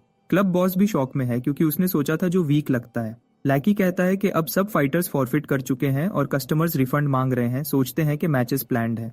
बॉस तुरंत उसे कहता है कि स्पेशल मैच अरेंज करो क्योंकि वो नहीं चाहता जो सब प्राइज मनी लेके चला जाए। जबकि जो अपना लास्ट ओपोनेंट भी डिफीट कर देता है और पूछता है क्या अब वो प्राइज मनी ले सकता है। अनाउंसर कहता है कि क्राउड बहुत एक्साइटेड है इसलिए उन्होंने स्पेशल मैच अरेंज किया है। जो सोचता है कि ये लोग शायद कैश प्राइज कभी ना दें, मतलब वो रियलाइज करता है कि बॉस और स्टाफ सिर्फ उसे मुश्किल में डालने के लिए ये मैच अरेंज कर रहे हैं। लैकीज मतलब छोटे हेल्पर्स या सबॉर्डिनेट्स जो यूजुअली बॉस या पावरफुल पर्सन के लिए काम करते हैं, वो एक ट्रॉली लेकर आते हैं जिसमें एक मॉन्स्टर बंधा हुआ होता है। फिर अनाउंसर कहता है कि स्पेशल मैच इस निफलन मॉन्स्टर के साथ होगा और जो उसे देखकर जेन्युइनली सरप्राइज हो जाता है। कुछ लोग मॉन्स्टर को ट्रॉली से एक रिंग में अनबकल करते हैं और वो ग्राउंड पर डेड बॉडी की तरह गिरता है। फिर तुरंत वो लोग रिंग से बाहर जाते हैं और रिंग को लॉक कर देते हैं। जो वहां खड़ा सोचता है कि ये सब क्या हो रहा है, तभी अचानक मॉन्स्टर जैसे सोया हुआ जाग जाता है और उसके चेहरे पर बहुत ही मेनेसिंग लुक होता है, मतलब वो काफी डेंजरस लगता है। दूसरी तरफ क्राउड में एक मोटा बंदा अपनी लड़की को कंफर्ट देता है कि वो इजीली मॉन्स्टर को एक पंच में हरा देगा, लेकिन असल में उसे देखकर वो खुद भी ऑलमोस्ट डर जाता है। मिस्ट्री लड़की सोचती है कि ये चीज यानी मॉन्स्टर यहाँ कैसे आ गया। वो जानती है कि जो अकेला इस मॉन्स्टर को हैंडल नहीं कर सकता और वो लड़की अपनी एबिलिटीज से उसकी हेल्प कर सकती है, लेकिन इससे उसकी आइडेंटिटी खुल जाएगी और प्लान लीक हो जाएगा। मीनवाइल जो सोचता है कि बदकिस्मती है कि उसका बॉस यहाँ नहीं है और उसे डेफिनेटली मुश्किल होगी मॉन्स्टर को हराने में। जब वो मॉन्स्टर की आंखों में देखता है तो उसे लगता है जैसे वो शिकार है और मॉन्स्टर हंटर उसकी सिक्स्थ सेंस चिल्ला रही होती है कि वो तुरंत भाग जाए क्योंकि ये चीज उसके लिए एक्सट्रीमली डेंजरस है। तभी अचानक मॉन्स्टर जो की तरफ दौड़ता है और उसे मारने की कोशिश करता है, लेकिन जो जल्दी रिएक्ट करके अटैक से बच जाता है। अगर उसने ये नहीं किया होता तो वो मर ही जाता। इसके बाद वो डिसाइड करता है कि अगर उसे सरवाइव करना है तो उसे सीरियस होना पड़ेगा। मॉन्स्टर उसे कॉर्नर में पुश करता है। ये देखकर जो डिसाइड करता है कि इसे जल्दी फिनिश करना पड़ेगा। फिर वो स्ट्रेंथ बोरो करता है अपने लेवल को इंक्रीज करने के लिए और वो मॉन्स्टर को सीधा ग्राउंड पे पंच करता है। मॉन्स्टर वहां पड़ा होता है और जो सोचता है कि फाइट खत्म हो गई, लेकिन मॉन्स्टर अचानक फिर अटैक करता है, लेकिन जो उस अटैक से भी मुश्किल से बच जाता है। जो हैरान है कि उसका स्ट्रॉन्गेस्ट अटैक मॉन्स्टर पे काम नहीं कर रहा और वो जल्दी से दूर हो जाता है क्योंकि वो जानता है कि क्लोजअप में फाइट करके वो मॉन्स्टर को नहीं हरा सकता। फिर मैदान में डैशिंग करते हुए यानी जो और मॉन्स्टर तेजी से इधर उधर मूव करते हैं। जो मॉन्स्टर के अटैक से बच रहा होता और देख रहा होता कि कोई ऐसी चीज हो जो उसे फाइट में हेल्प करे, अचानक वो मॉन्स्टर का पंजा तोड़ देता है और इसे नाइफ की तरह यूज करके मॉन्स्टर के नेक पे कट मारता है। लेकिन कट इतना डीप नहीं होता कि उससे मॉन्स्टर मर जाए, लेकिन अब जो समझ जाता है कि अब वो मॉन्स्टर को एक और अटैक से हरा सकता है। ये सोचकर जो दोबारा अटैक करने लगता है, लेकिन मॉन्स्टर स्टीम छोड़ता है ताकि जो को कंफ्यूज करे और अटैक से बच सके। मॉन्स्टर इस फॉग को डिस्ट्रैक्शन के लिए यूज करता है और उस पर अलग अलग साइड से अटैक करता है। जो फॉग के अंदर कुछ भी नहीं देख सकता और मॉन्स्टर ये चांस उसे डैमेज देने के लिए यूज करता है क्योंकि वो डरता है कि अगर जो एक भी मूव करेगा तो वो मर जाएगा।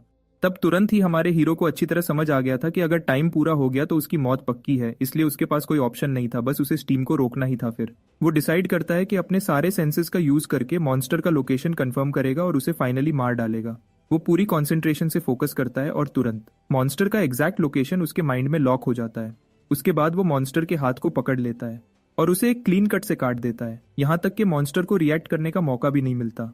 अब हमारे हीरो को एक परफेक्ट मौका मिलता है। ये वही चांस था जिसका वो इंतजार कर रहा था। अब उसके पास चांस है कि वो अपना फाइनल अटैक करे और मॉन्स्टर को हमेशा के लिए खत्म कर दे। लेकिन अफसोस वक्त खत्म हो जाता है और उसका दिल दर्द से भर जाता है। इसी समय मॉन्स्टर उससे ये मौका छीन लेता है। जैसे ही हमारे हीरो का ध्यान टाइम खत्म होने पर जाता है, मॉन्स्टर तुरंत मौका पकड़ता है और उसका हथियार छीन लेता है, मतलब उसे बिल्कुल बेहथियार कर देता है और अब अपनी टंग से लीथल अटैक करता है। लेकिन हमारा हीरो अभी भी गिव अप नहीं करता। वो डिसाइड करता है कि अब वो अपनी लिमिट से भी आगे जाएगा। फिर वो और स्ट्रेंथ बोरो करता है और मॉन्स्टर की टंग को पकड़ लेता है। उसके बाद उसे हवा में स्विंग करता है और मॉन्स्टर के दोनों जॉज को पकड़ लेता है। अपनी पूरी ताकत लगाकर मॉन्स्टर को तोड़ता है और फाइनली मार देता है। इस बीच ऑफिशियल्स जो कैमरा से देख रहे होते हैं समझ नहीं पाते कि ये क्या हो रहा है। बॉस घबराकर पूछता है क्या नया लड़का फाइनली गिर गया, लेकिन उसका चेहरा जल्दी ही पेल हो जाता है ये सुनने के बाद कि मॉन्स्टर टूट चुका है। मैदान के अंदर एक सफेद बालों वाली लड़की खड़ी होती है जो आंखें फाड़कर जो को देखती रहती है।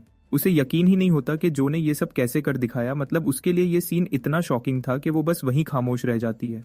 दूसरी तरफ जो अभी भी मॉन्स्टर के सिर को पकड़े हुए होता है और कैमरा की तरफ घूरता है, मतलब उसकी नजर इतनी तीखी और भारी होती है कि लगता है जैसे वो कैमरा के उस पार बैठे लोगों को भी महसूस कर रहा हो। मॉनिटरिंग रूम में बैठे ऑफिशियल्स का पसीना छूट जाता है। उन्हें ऐसा लगता है जैसे वो सीधा उन्हें घूर रहा हो और उसकी वो डेथ स्टेयर उनके अंदर तक डर भर देता है। बॉस पैनिक हो जाता है और गुस्सा करते हुए कहता है कि मैंने इस फाइटर मॉन्स्टर को लाने में इतना पैसा खर्च किया और लड़का इसे इजीली क्रश कर रहा है। लेकिन गुस्से पे कंट्रोल करते हुए वो जो को कंग्रेचुलेट करता है और कहता है स्टाफ के साथ रिवॉर्ड लेने चलो। थोड़ी देर बाद बैक स्टेज पर एक ब्रीफ केस जिसमें कैश रखा होता है जो के सामने आता है और ऑफिशियल उसे बताता है कि टोटल अमाउंट लगभग $500,000 है। फिर जो उस ब्रीफ केस को लेने की कोशिश करता है, लेकिन बॉस अचानक उसे बंद कर देता है और चालाक अंदाज में कहता है कि डील अब बदल गई है। अब या तो जो परमानेंट फाइटर बनेगा तब उसे पूरे पैसे मिलेंगे, वरना अगर वो मना करेगा तो उसे सिर्फ चौथा हिस्सा मिलेगा। मतलब बॉस उसे धोखा देकर मजबूर करना चाहता है। डील सुनते ही हमारा हीरो आंखें तंग कर गुस्से से बॉस की तरफ देखता है और ठंडे लेकिन सख्त अंदाज में कहता है कि अपनी बात दोबारा कहो। मतलब वो वार्निंग दे रहा होता है कि अगर बॉस ने दोबारा ये शर्त रिपीट की तो नतीजा अच्छा नहीं होगा। फिर बॉस गुस्से में फट पड़ता है और चिल्लाता है कि बाकी सब कंटेस्टेंट्स तो उस फाइट के बाद भाग गए और उसका महंगा वॉरियर तो सीधा सिर काटने वाली बीमारी से मर गया। मतलब वो मजाक उड़ाते हुए जो पर इल्जाम लगा रहा होता है कि उसने उसके लिए सब कुछ बर्बाद कर दिया। फिर जो गुस्से से कहता है ये तो हमारी असली डील ही नहीं थी, असली डील को तुम बदल नहीं सकते। वो बॉस को याद दिलाता है कि कॉन्ट्रैक्ट में क्लियरली लिखा था कि अगर रिंग में ओपोनेंट मर भी जाए तो फाइटर जिम्मेदार नहीं होगा। फिर वो सीधा पूछता है क्या यही कंडीशन अग्री नहीं हुई थी। जो कि अंदर से निकली एनर्जी इतनी स्ट्रांग होती है कि बॉस के चेहरे का रंग सफेद पड़ जाता है। वो डर जाता है। उसके बॉडी से निकली एक खौफनाक एनर्जी हवा में भर जाती है और वो ठंडे लहजे में कहता है, पूरा पैसा दो वरना नतीजा बुरा होगा। ये सुनकर बॉस घबरा जाता है और तुरंत बंदूक निकालकर उस पर निशाना लगाता है, लेकिन जो एक पल के लिए भी नहीं हिलता। वो एक ही मूव में गन तोड़ देता है और उस आदमी की उंगली मोड़कर तोड़ देता है जो उस पर निशाना लगा रहा था। बॉस दर्द से चीखता है और अपने लोगों को चिल्लाता है कि इस लड़के को गोली से उड़ा दो। उसके आदमी फौरन अपनी गन्स निकालकर फायर करने को रेडी हो जाते हैं। जो बस एक गहरी सांस लेता है और वो इरिटेट हो रहा होता है, जैसे कह रहा हो ये सब बकवास खत्म करो। बाहर सफेद बालों वाली लड़की एकदम टेंशन में आ जाती है क्योंकि अंदर से गन फायर की आवाज आती है। थोड़ी देर बाद एक आदमी विंडो तोड़कर बाहर उड़ता हुआ गिरता है जैसे खाली सोडा कैन। जो लोग नीचे खड़े होते हैं वो शौक में उस आदमी को देखते हैं और सोचने लगते हैं क्या यहाँ कोई मूवी शूट हो रही है। सफेद बालों वाली लड़की तुरंत समझ जाती है कि ये सब हंगामा जो का ही काम है। अंदर हमारा हीरो बिना डरे बॉडीगार्ड्स को धुआं बना रहा होता है। उसे फर्क नहीं पड़ता कि उनके पास गन्स हैं। एक टकला गुंडा अपनी बंदूक उठाकर उस पर गोली चलाने की कोशिश करता है, लेकिन जो उसका सिर पकड़ता है और सीधा उसका सर दीवार के अंदर दे मारता है। वो कैश का ब्रीफकेस उठाता है और बाहर की तरफ दौड़ता है, जबकि गुंडे ऊपर से चिल्लाते हैं, उसे पकड़ो, उसे मत जाने दो, लेकिन वो भाग निकलता है। रास्ते में दौड़ते हुए जो को लगता है कि उसकी बॉडी अब धीरे धीरे स्लो हो रही है और स्टेमिना खत्म हो रहा है। उसके जख्म भी उसकी ताकत को धीरे धीरे खत्म कर रहे होते हैं। अचानक कोई हाथ उसके हुडी को पकड़कर उसे एक तंग सी गली में खींच लेता है। वही लड़की उसके मुंह पर हाथ रखती है ताकि गुंडे उसे देख ना सकें और दोनों चुप रहते हैं। जब सब शांत हो जाता है तो लड़की कहती है, अब तुम सेफ हो, और जो उसे पहचान जाता है कि ये वही लड़की है जिससे वो पहले मिला था। लड़की उसे कहती है अपनी ताकत बचाओ और ये भी बताती है कि उसे एक सीक्रेट एस्केप रूट पता है। वो उसे एक टनल तक ले जाती है और कहती है अगर अब नहीं भागे तो ये लोग पूरा एरिया बंद कर देंगे और तुम्हें पकड़ लेंगे। जब जो कुछ बोलने लगता है तो लड़की उसे बीच में रोककर कहती है ज्यादा मत बोलो, बस भाग जाओ। उसके पास कोई और ऑप्शन नहीं होता तो वो उसका शुक्रिया करता है। फिर वो टनल के अंदर दौड़ जाता है और अंधेरे में गायब हो जाता है। जब वो चला जाता है तो लड़की अपने कम्युनिकेटर पे कॉल करती है, जहां दूसरी तरफ कोई गुस्से में पूछता है कि तू कहाँ गायब थी। वो कहती है चुप कर और दादा से बात लगाओ, मुझे एक जरूरी रिपोर्ट देनी है। दूसरी तरफ जो मुश्किल से अपने अपार्टमेंट तक पहुंचता है और अंदर आते ही जमीन पर गिर जाता है। वो सांस लेने की कोशिश करता है। उसका सीना तेज चल रहा होता है। उसका जिस्म बिल्कुल थक गया होता है। जब उसका जिस्म अपनी आखिरी ताकत भी जला देता है तो वो बेहोश हो जाता है और सपने में अपनी माँ को देखता है। उसकी माँ रोता हुआ कहती है कि उसने झूठ बोला था, वो ठीक नहीं हुई थी। असल में उसके पास सिर्फ कुछ साल बचे हैं। वो कहती है उसकी सबसे बड़ी ख्वाहिश थी कि वो अपने बेटे को बड़ा होता देखे उसके बच्चों से मिले और थोड़ा और वक्त साथ बिता सके। फिर वो माफी मांगती है कि उसके पास ताकत नहीं थी और कहती है कि वो अपने बेटे से दुनिया में सबसे ज्यादा प्यार करती है। सपने में माँ से बातें करते हुए आंसू उसके चेहरे पर बह रहे थे, जैसे वो खुद से पूछ रहा हो क्या मैं अभी भी जिंदा हूँ। फिर अचानक हमारा हीरो रियलिटी में लौट आता है। उसकी आंखें झट से खुल जाती हैं। वो अपने आप को संभालता है और खिड़की के बाहर चमकता हुआ सूरज देखता है। वो धीरे से बैठता है, तब उसे एहसास होता है कि वो अभी भी जोचन के घर के अंदर ही है। तब एक गहरी सांस के साथ उसके दिल से राहत का एहसास निकलता है। कम से कम वो जिंदा तो है और सेफ जगह है। तभी एक आवाज उसके दिमाग में गूंजती है, तू फाइनली जाग गया, और वो थोड़ा घबरा जाता है। वो पूछता है कि डीमन तुम कुछ दिनों से कहाँ था, लेकिन वो जादुई किताब कोई बहाना बना के कहती है कि काम में बिजी थी। फिर वो सवाल उलटा कर देता है, तू क्या कर रहा था जो 2 दिन तक बेहोश पड़ा रहा। उसके जवाब मिलने से पहले ही डीमन खुद समझ जाता है कि वो अंडरग्राउंड अरीना में घुस गया होगा और अपनी एनर्जी ज्यादा जला दी और एक मॉन्स्टर से टकरा गया था। गोल्डफिंगर जोर से चिल्लाता है, पागल हो गया है क्या, इतनी रिस्की हरकत क्यों की। हीरो मुस्कुराता है पर वो छुप नहीं सकता। डीमन उसे वार्न करता है, तेरे पास इतनी पावर नहीं कि मैं तुझे दूसरी बार वापस ला सकूं। अपनी जिंदगी की कीमत समझ, ये तेरा दूसरा मौका है। ये सुनकर जो हल्का सा मुस्कुराता है और कहता है थैंक्स मेरे पीछे नजर रखने के लिए। गोल्डफिंगर का गुस्सा शांत हो जाता है और वो उससे कहता है, जो मॉन्स्टर तुमसे लड़ा था वो इस दुनिया का नहीं लगता। ये सुनकर जो को उस लड़की की याद आती है जो उसने उस श्रापित जगह में देखी थी, पर वो ख्याल झटक देता है। उसका फोकस अभी सिर्फ लेवल अप पे होता है। तभी उसे उसका कल रात वाला रिवॉर्ड याद आता है। वो तुरंत ब्रीफकेस खोलता है और अंदर के नए क्रिस्प नोट्स देखता है। डीमन उसका मजाक उड़ाता है कि तुमने अपनी जान दांव पर लगा दी सिर्फ पैसों के लिए। जो हंसते हुए कहता है, कम से कम अब टूर्नामेंट तक मुझे अपने कर्ज की चिंता तो नहीं होगी। फिर वो अपनी चोट को देखता है और कहता है, मुझे ये इंजरी ठीक करनी पड़ेगी क्योंकि उसे फिर स्कूल वापस भी जाना है। और वो सिर हिलाते हुए बोलता है, उफ उफ, हॉस्पिटल, बैंक और क्लासेस सब एक ही दिन में। तभी वो हॉस्पिटल में जाता है। वहाँ डॉक्टर उसका चेकअप करता है और कहता है, जख्म जल्दी भर जाएगा, बस इसे साफ रखना। डॉक्टर हैरान होकर पूछता है, तुम ऑरेकल हो क्या। वो कहता है हाँ। ये सुनते ही डॉक्टर तुरंत अपना मोड बदलता है और उसे मेंबरशिप प्लान बेचने लगता है। जो गुस्सा होकर कहता है, बस नॉर्मल मेडिसिन दो। वो सुकून से खुद से कहता है, अच्छा हुआ जो मॉन्स्टर की जुबान जहरीली नहीं थी। डॉक्टर उसे ऑइंटमेंट बॉटल देता है, लेकिन जैसे ही जो उसे पकड़ता है वो हैरान हो जाता है। वो पूछता है, ये बॉटल चमक क्यों रही है। डॉक्टर कहता है अरे भाई ये तो नॉर्मल कंटेनर है, लेकिन जो को क्लियरली दिख रहा होता है कि वो बॉटल ही उसके हाथ में चमक रही है। वो मानता नहीं। डॉक्टर फिर से उसे हॉस्पिटल का मेंबरशिप प्लान लेने को कहता है जिसमें काउंसलिंग सेशंस यानी दिमाग के स्ट्रेस और इमोशनल प्रॉब्लम्स के लिए बातें करने वाली थेरेपी भी होती है, लेकिन जो उसे इग्नोर करते हुए वहां से निकल जाता है। कॉरिडोर में चलते हुए वो महसूस करता है कि आसपास एक अजीब सी एनर्जी फ्लो कर रही है। वो अपना हाथ आगे करता है, उसकी उंगलियों से रोशनी निकलती है। तब उसे समझ आता है ये स्टार एनर्जी है। उसे अपनी अंडरग्राउंड फाइट याद आती है और वो सोचता है कि शायद उस युद्ध की वजह से उसके अंदर छुपी हुई कोई नई पावर एक्टिवेट हो गई है। फिर वो मुस्कुराते हुए सोचता है कि अगर मैं अब स्टार एनर्जी महसूस कर सकता हूं तो मैं इसे और ज्यादा तेजी से एब्जॉर्ब कर सकता हूं। तभी एक आदमी वहां से गुजरता है जिसके पास से ग्रीन कलर की पावर लाइट निकल रही होती है, जो उसके सामने अपने आप को नॉर्मल दिखाने की कोशिश करता है। जब वो आदमी चला जाता है जो फिर से उस तरफ देखता है और पसीने में भीग जाता है कि इस आदमी की स्टार एनर्जी तो नेक्स्ट लेवल की है। तभी वो हरे बालों वाला आदमी रुकता है, कुछ महसूस करता है क्या किसी ने मुझे स्कैन किया, पर फिर कंधे ऊंचा कर चला जाता है। फिर उसके कम्युनिकेटर से आवाज आती है एलियन स्टार को तुरंत ढूंढो, समझे।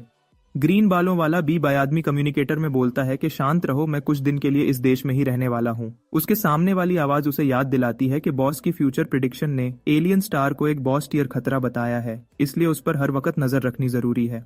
अपने सनग्लासेस उतारते हुए वो आदमी हल्की सी मुस्कुराहट के साथ कहता है कि बॉस हद से ज्यादा चिंता करता है। फिर वो कॉन्फिडेंट टोन में बोलता है कि अगर एलियन स्टार वाकई उनका दुश्मन हुआ तो वो बिना हिचकिचाए उसे कुचल देगा।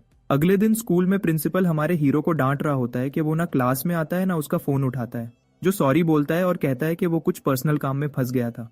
प्रिंसिपल का अंदाज थोड़ा नरम पड़ जाता है और वो अब गुस्सा कम और फिक्र ज्यादा दिखाता है। फिर पूछता है क्या बात टूर्नामेंट से रिलेटेड है। वो बूढ़ा प्रिंसिपल सर हिलाकर कहता है कि उसे जो पर पूरा भरोसा है टूर्नामेंट के लिए, लेकिन पूछता है अगर वो किसी मुश्किल में है तो क्या स्कूल उसकी मदद कर सकता है। वो उसे याद दिलाता है कि स्कूल का सबसे बड़ा मकसद है एलीट ऑरेकल्स को सपोर्ट करना। जो मुस्कुराता है और कहता है कि फिक्र मत करो, मैं टूर्नामेंट में पूरी मेहनत लगा दूंगा। ये सुनकर प्रिंसिपल चैन की सांस लेता है। थोड़ी देर बाद शेन और सू भागते हुए आते हैं और पूछते हैं कि क्या हुआ था। शेन याद करता है कि जो ने पहले एक कॉम्बैट टेक्निक के बारे में बोला था। फिर वो अपनी पॉकेट से कुछ निकालता है। वो एक क्रेडिट कार्ड निकालकर बताता है कि उन्होंने मिलकर 3 लाख जमा किए हैं ताकि जो उसे अपनी टेक्निक के लिए यूज कर सके और वो बाद में चाहे तो पैसा वापस कर दे। ये सुनकर जो हैरान रह जाता है, उसे यकीन नहीं होता कि इन दोनों ने उसकी बात को इतना सीरियसली लिया है। फिर वो उनका शुक्रिया अदा करता है और उन्हें बताता है कि अब उसने अपना प्लान बदल लिया है और वो अब उस टेक्निक को लेने का नहीं सोचा है। इतने में वेनहाउ आ जाता है। वेनहाउ थोड़ा शर्मा हुआ लगता है और माफी के तौर पर 50,000 ऑफर करता है अपने पहले के रूड बिहेवियर के लिए, जो उसे धन्यवाद कहता है। लेकिन सू फौरन उससे सवाल पूछने लगती है, जैसे कि वो देखना चाहती हो कि उसके पीछे कोई छुपी हुई चाल तो नहीं है। वेनहाउ सच बोल देता है कि उसने पहले जो को अगली कहा था और अब वो उसके लिए सॉरी कहना चाहता है। अब वो चाहता है कि सब दोस्त बन जाएं। सू हल्की आवाज में जो से पूछती है कि क्या हमें इसे ग्रुप में लाना चाहिए, तो जो कहता है कि उसे कोई प्रॉब्लम नहीं।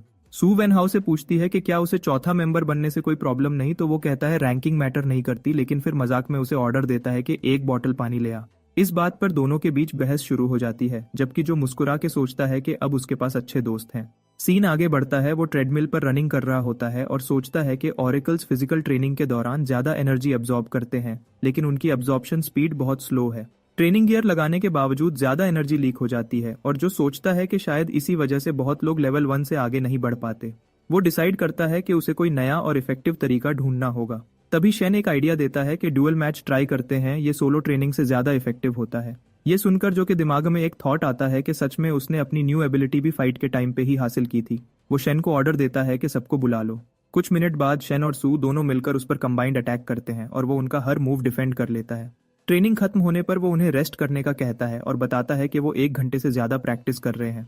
सू कहती है कि उसे लगा था वो मजाक कर रहा है जब उसने आपस में मैच का बोला था, लेकिन शेन कहता है कि ये ट्रेनिंग मेथड सच में पावरफुल है। फिर वो वेनहाउ की तरफ देखता है और कहता है अब तेरी बारी है। वेनहाउ कॉन्फिडेंट स्माइल के साथ लड़ने को तैयार हो जाता है। ग्रुप को देखकर जो कंफर्म करता है कि उसका थ्योरी सही था, सबका एनर्जी एब्जॉर्प्शन रेट बढ़ रही है और सब अब पहले से तेज लेवल अप करेंगे। अब वो खुद के लिए सोचता है कि उसकी नेचुरली हाई एब्जॉर्प्शन एबिलिटी होने की वजह से वो टेस्ट को और आगे बढ़ा सकता है, क्योंकि इस दुनिया में सप्लीमेंट्स को डाइल्यूटेड बनाया जाता है ताकि वो सेफ रहें, लेकिन जिनके पास कम एब्जॉर्प्शन होती है उनके लिए वो काम नहीं करते। लेकिन बोरो पावर स्किल 100 गुना ज्यादा कॉन्सेंट्रेटेड है और अगर कोई उसे बिना कंट्रोल के एब्जॉर्ब करे तो उसका बॉडी लिटरली फट जाएगा। लेकिन अगर वो उस पावर के फ्लो को कंट्रोल कर ले और धीरे धीरे एब्जॉर्ब करे तो शायद वो बहुत तेजी से लेवल अप कर सकता है, जैसे किसी ने इम्पॉसिबल को पॉसिबल बना दिया हो। ये सोचकर जो अपनी स्किल एक्टिवेट करता है और तुरंत उसके आसपास से एक जबरदस्त रोशनी की लहर निकलती है जो हवा को हिलाने लगती है। एनर्जी की पावर इतनी ज्यादा होती है कि वो खुद भी थोड़ा सा हिल जाता है। फिर उसे समझ आता है कि ये स्किल एक बार में 2 लेवल्स बूस्ट करने की पावर रखती है। वो अपने आप को टाइट करता है और एनर्जी को कंट्रोल करके अपने अंदर खींचता है ताकि वो उसे एब्जॉर्ब कर सके। जब एनर्जी अंदर जाती है तो उसका पूरा जिस्म लॉक हो जाता है। हर मसल पेन में चिल्लाता है जैसे वो एक माउंटेन का प्रेशर ले रहा हो। अपनी सारी हिम्मत जोड़कर वो कंसंट्रेट करता है और महसूस करता है कि एनर्जी उसके अंदर तेजी से भर रही है, लेकिन फिर वो पैनिक होता है जैसे उसकी बॉडी अब फटने वाली हो। और फिर कोई ऑप्शन ना देखते हुए वो अपना हाथ ऊपर करता है और एक्स्ट्रा एनर्जी को रिलीज कर देता है। तुरंत एक जबरदस्त धमाके जैसी वेव निकलती है जो हवा को तोड़ती हुई दूर तक चली जाती है। उसके दोस्त शॉक में अपने आप को बचाने की कोशिश करते हैं। वो नहीं मान पाते कि जो ने इतनी डेंजरस पावर रिलीज की है। तभी गोल्डफिंगर वहां आ जाता है क्योंकि उसे ये एनर्जी डिस्टर्बेंस महसूस होती है। वो सीन देखकर जम जाता है और जो पसीने से भीगा हुआ कामली बोलता है कि उसने एनर्जी एब्जॉर्ब कर ली है।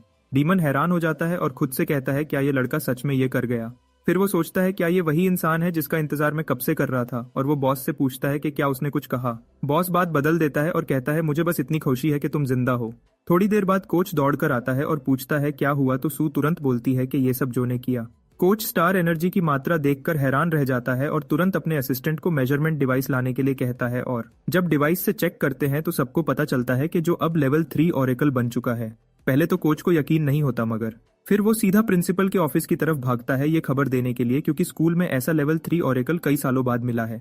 इधर सू उससे पूछती है कि उसने इतनी जल्दी लेवल अप कैसे किया, तो वो कहता है ये सब उसकी ट्रेनिंग का रिजल्ट है, और सोचता है कि अगली बार वो ऐसे एक्सपेरिमेंट्स प्राइवेटली करेगा ताकि किसी और को दिक्कत ना हो। ये सुनकर तीनों फ्रेंड्स एक्साइटेड हो जाते हैं और अपनी ट्रेनिंग और इंटेंस कर देते हैं। दूसरी तरफ जो बॉस से पूछता है कि इस बार उसने उस पर गुस्सा क्यों नहीं किया। बॉस मुस्कुराता है और कहता है कि अब तो मैं आदत डाल चुका हूँ। गोल्डफिंगर उसे एनकरेज करता है कि अगर वो चाहे तो अपनी फुल पावर यूज करे ताकि जल्दी स्ट्रांग बन सके, क्योंकि उसे जो की स्ट्रेंथ चाहिए होती है। पर जो कहता है टेंशन मत ले, उसने ऑलरेडी बहुत सारी स्टार एनर्जी स्टोर कर ली है, और जैसे ही वो नए पावर लेवल में स्टेबल होगा वो एक और लेवल अप करेगा। ये सुनकर बॉस बिल्कुल चुप हो जाता है। टाइम तेजी से गुजरता है और कंपटीशन का वक्त आ जाता है, और हमारा हीरो बिना रुके ट्रेनिंग करता रहता है जैसे कोई मशीन हो, और आखिर वो कंपटीशन वाला दिन आ ही जाता है।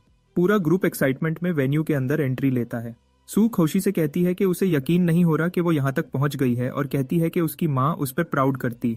शेन थोड़ा नॉलेज झटक कर बोलता है कि इस साल सबसे बड़ा क्राउड आया है। तब वेन हाओ उसे थोड़ा टीज करता है और पूछता है कि क्या वो लेवल 4 ब्रैकेट के लिए रेडी है। शेन थोड़ा इरिटेट होता है क्योंकि वो लेवल अप नहीं कर पाया, लेकिन जो बस स्माइल करता है। उसके दिमाग में प्रिंसिपल की बात घूमती है कि पूरी कोशिश करना, और अगर सिचुएशन ज्यादा खतरनाक हो तो बस फॉरफिट कर देना, क्योंकि जीने में कोई शर्म नहीं है, हर बार लड़ाई जरूरी नहीं। और वैसे भी लेवल 3 और 4 का अरीना यानी मैदान अलग है। तीनों अलग अलग डायरेक्शन में चलते हैं ताकि अपने अपने मैच के लिए रेडी हो सकें। इधर प्रिंसिपल और कोच वीआईपी एरिया में आते हैं। दोनों बच्चों की तरह एक्साइटेड लगते हैं। कोच कहता है ये वही लग्जरी मोमेंट है जिसका हम इंतजार कर रहे थे, और अब सब कुछ पॉसिबल हो गया है क्योंकि आज हमारा स्कूल फाइनली लेवल 4 ब्रैकेट में एक फाइटर भेज रहा है। और तभी प्रिंसिपल वैंग अचानक वहां अपीयर होता है। प्रिंसिपल वैंग मुस्कुराते हुए जो कि प्रिंसिपल को बधाई देता है कि सिर्फ कुछ महीनों में उसने 2 हाई लेवल स्टूडेंट्स तैयार कर लिए हैं, लेकिन प्रिंसिपल नम्रता से कहता है कि ये सब उसका काम नहीं था, बल्कि स्टूडेंट्स की मेहनत थी। वो बस उनकी जरूरत पूरी करता रहा, और साथ ही वो वैंग का भी शुक्रिया अदा करता है क्योंकि उसने कंपटीशन के बारे में जरूरी जानकारी दी थी। वैंग बताता है कि रिफॉर्मेशन के बाद सरकार ने फैसला किया है कि जो स्कूल्स जीतेंगे उन्हें ग्रांट्स मिलेंगी, और इसी वजह से इस साल कंपटीशन का लेवल और मुश्किल होगा। अचानक एक घमंडी आदमी कहता है कि कोई जाहिल यानी एक गांव का आदमी जबरदस्ती वीआईपी लाउंज में घुस आया है और सबको परेशान कर रहा है। प्रिंसिपल जवाब देने लगता है, लेकिन वैंग उसे रोक देता है और कहता है कि उनसे पंगा मत लेना, क्योंकि ये सब वो प्रिंसिपल्स हैं जिन्होंने पहले ये टूर्नामेंट जीता हुआ है। प्रिंसिपल कहता है कि वो सब बातें पुरानी हो गई हैं, अब कोई नहीं जानता कि इस दफा का विनर कौन होगा।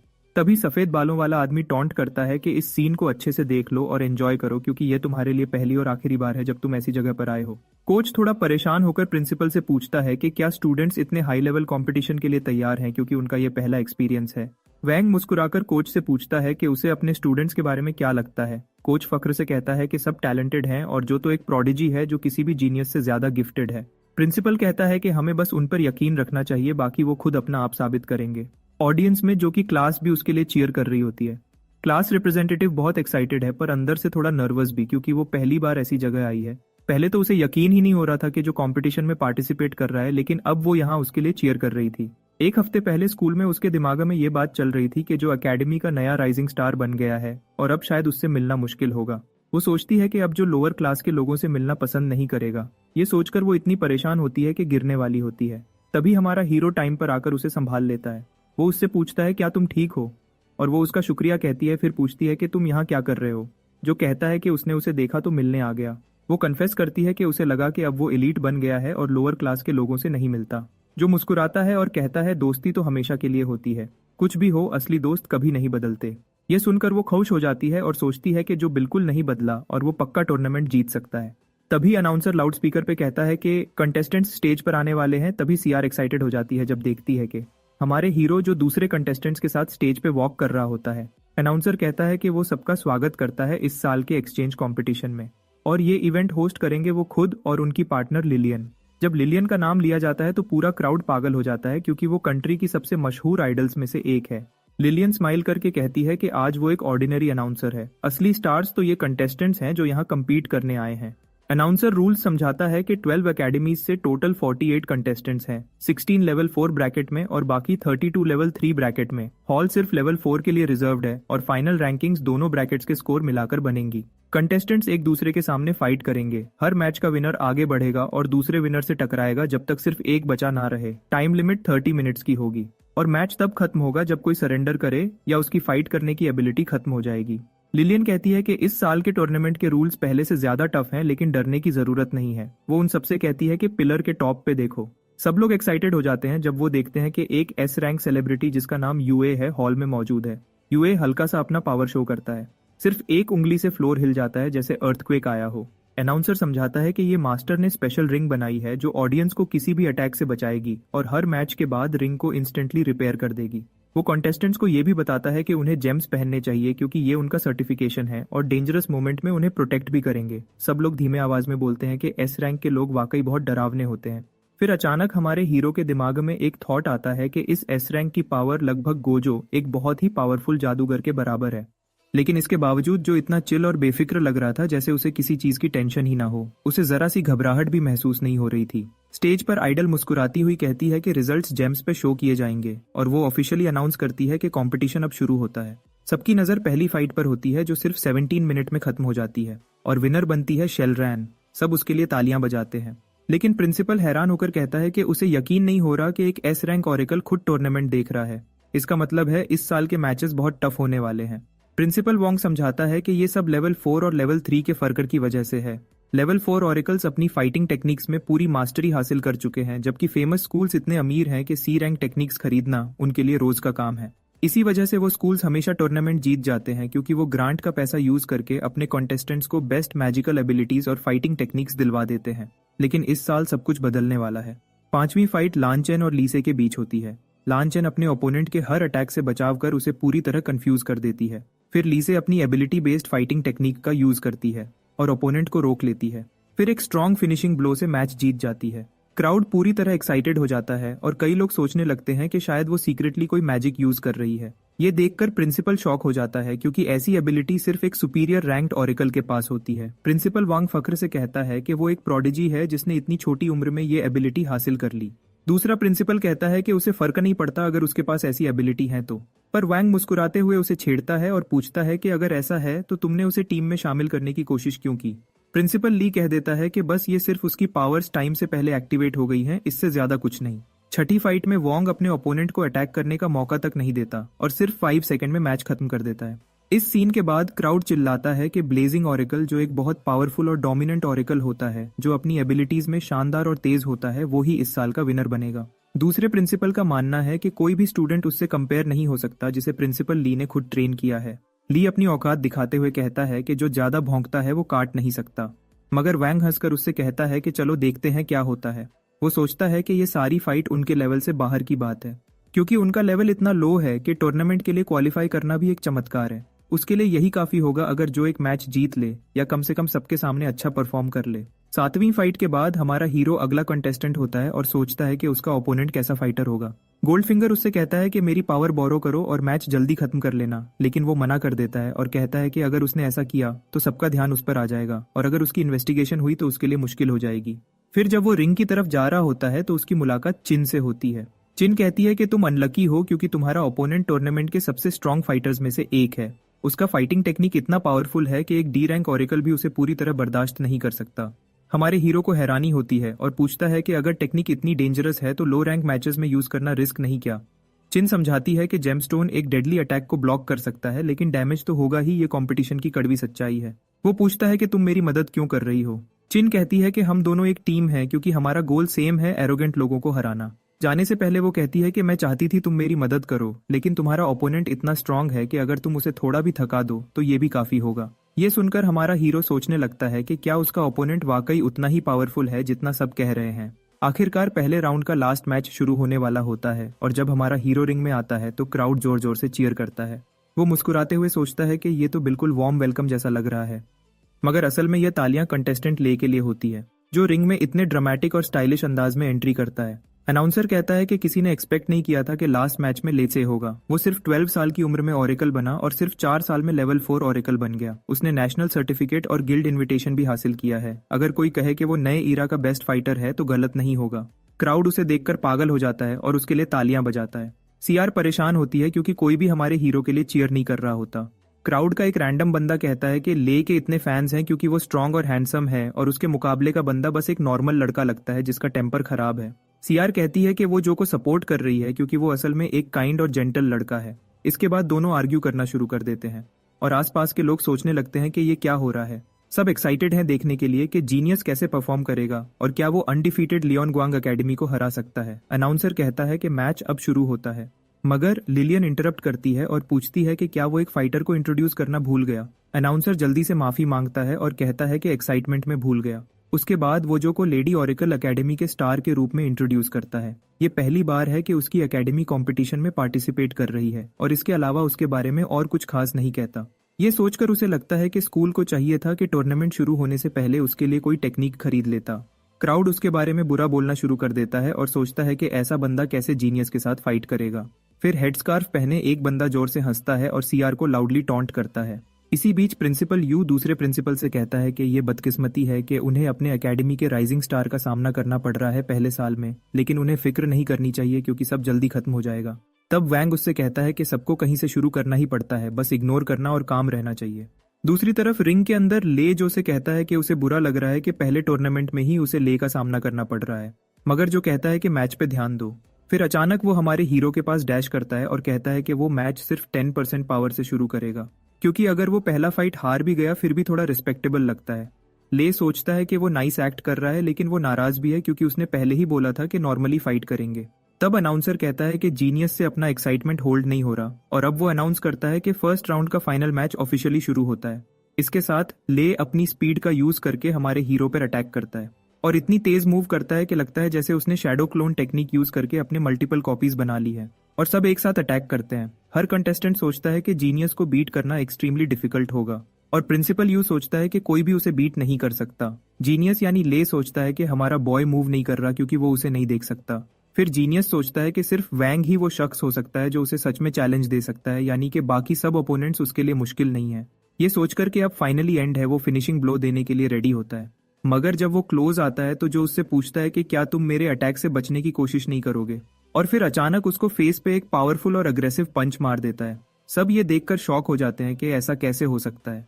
मतलब सब लोग हैरान हैं कि जो ने जीनियस का अटैक काउंटर किया और तुरंत मुक्का मार दिया। जीनियस नॉर्मली अपनी स्पीड से हर अटैक से बच जाता था, लेकिन अब क्राउड सोचने लगता है कि जो ने कुछ हैक यूज किया है क्योंकि कोई और जीनियस को फर्स्ट हिट नहीं मार सकता। तभी वैंग प्रिंसिपल को कहता है कि जो के स्किल्स काफी इंप्रेसिव है। प्रिंसिपल सोचता है कि शायद जो चीटिंग कर रहा है क्योंकि कोई भी ले से तेज नहीं है। ये सुन के प्रिंसिपल ली कहता है कि अगर चीटिंग होती तो ऊपर वाले ऑलरेडी पकड़ लेते। प्रिंसिपल ली बोलता है कि चुप हो जाओ, इतनी शिकायत और बकबक से कुछ नहीं होना, बल्कि अब मैच को ऑब्जर्व करो।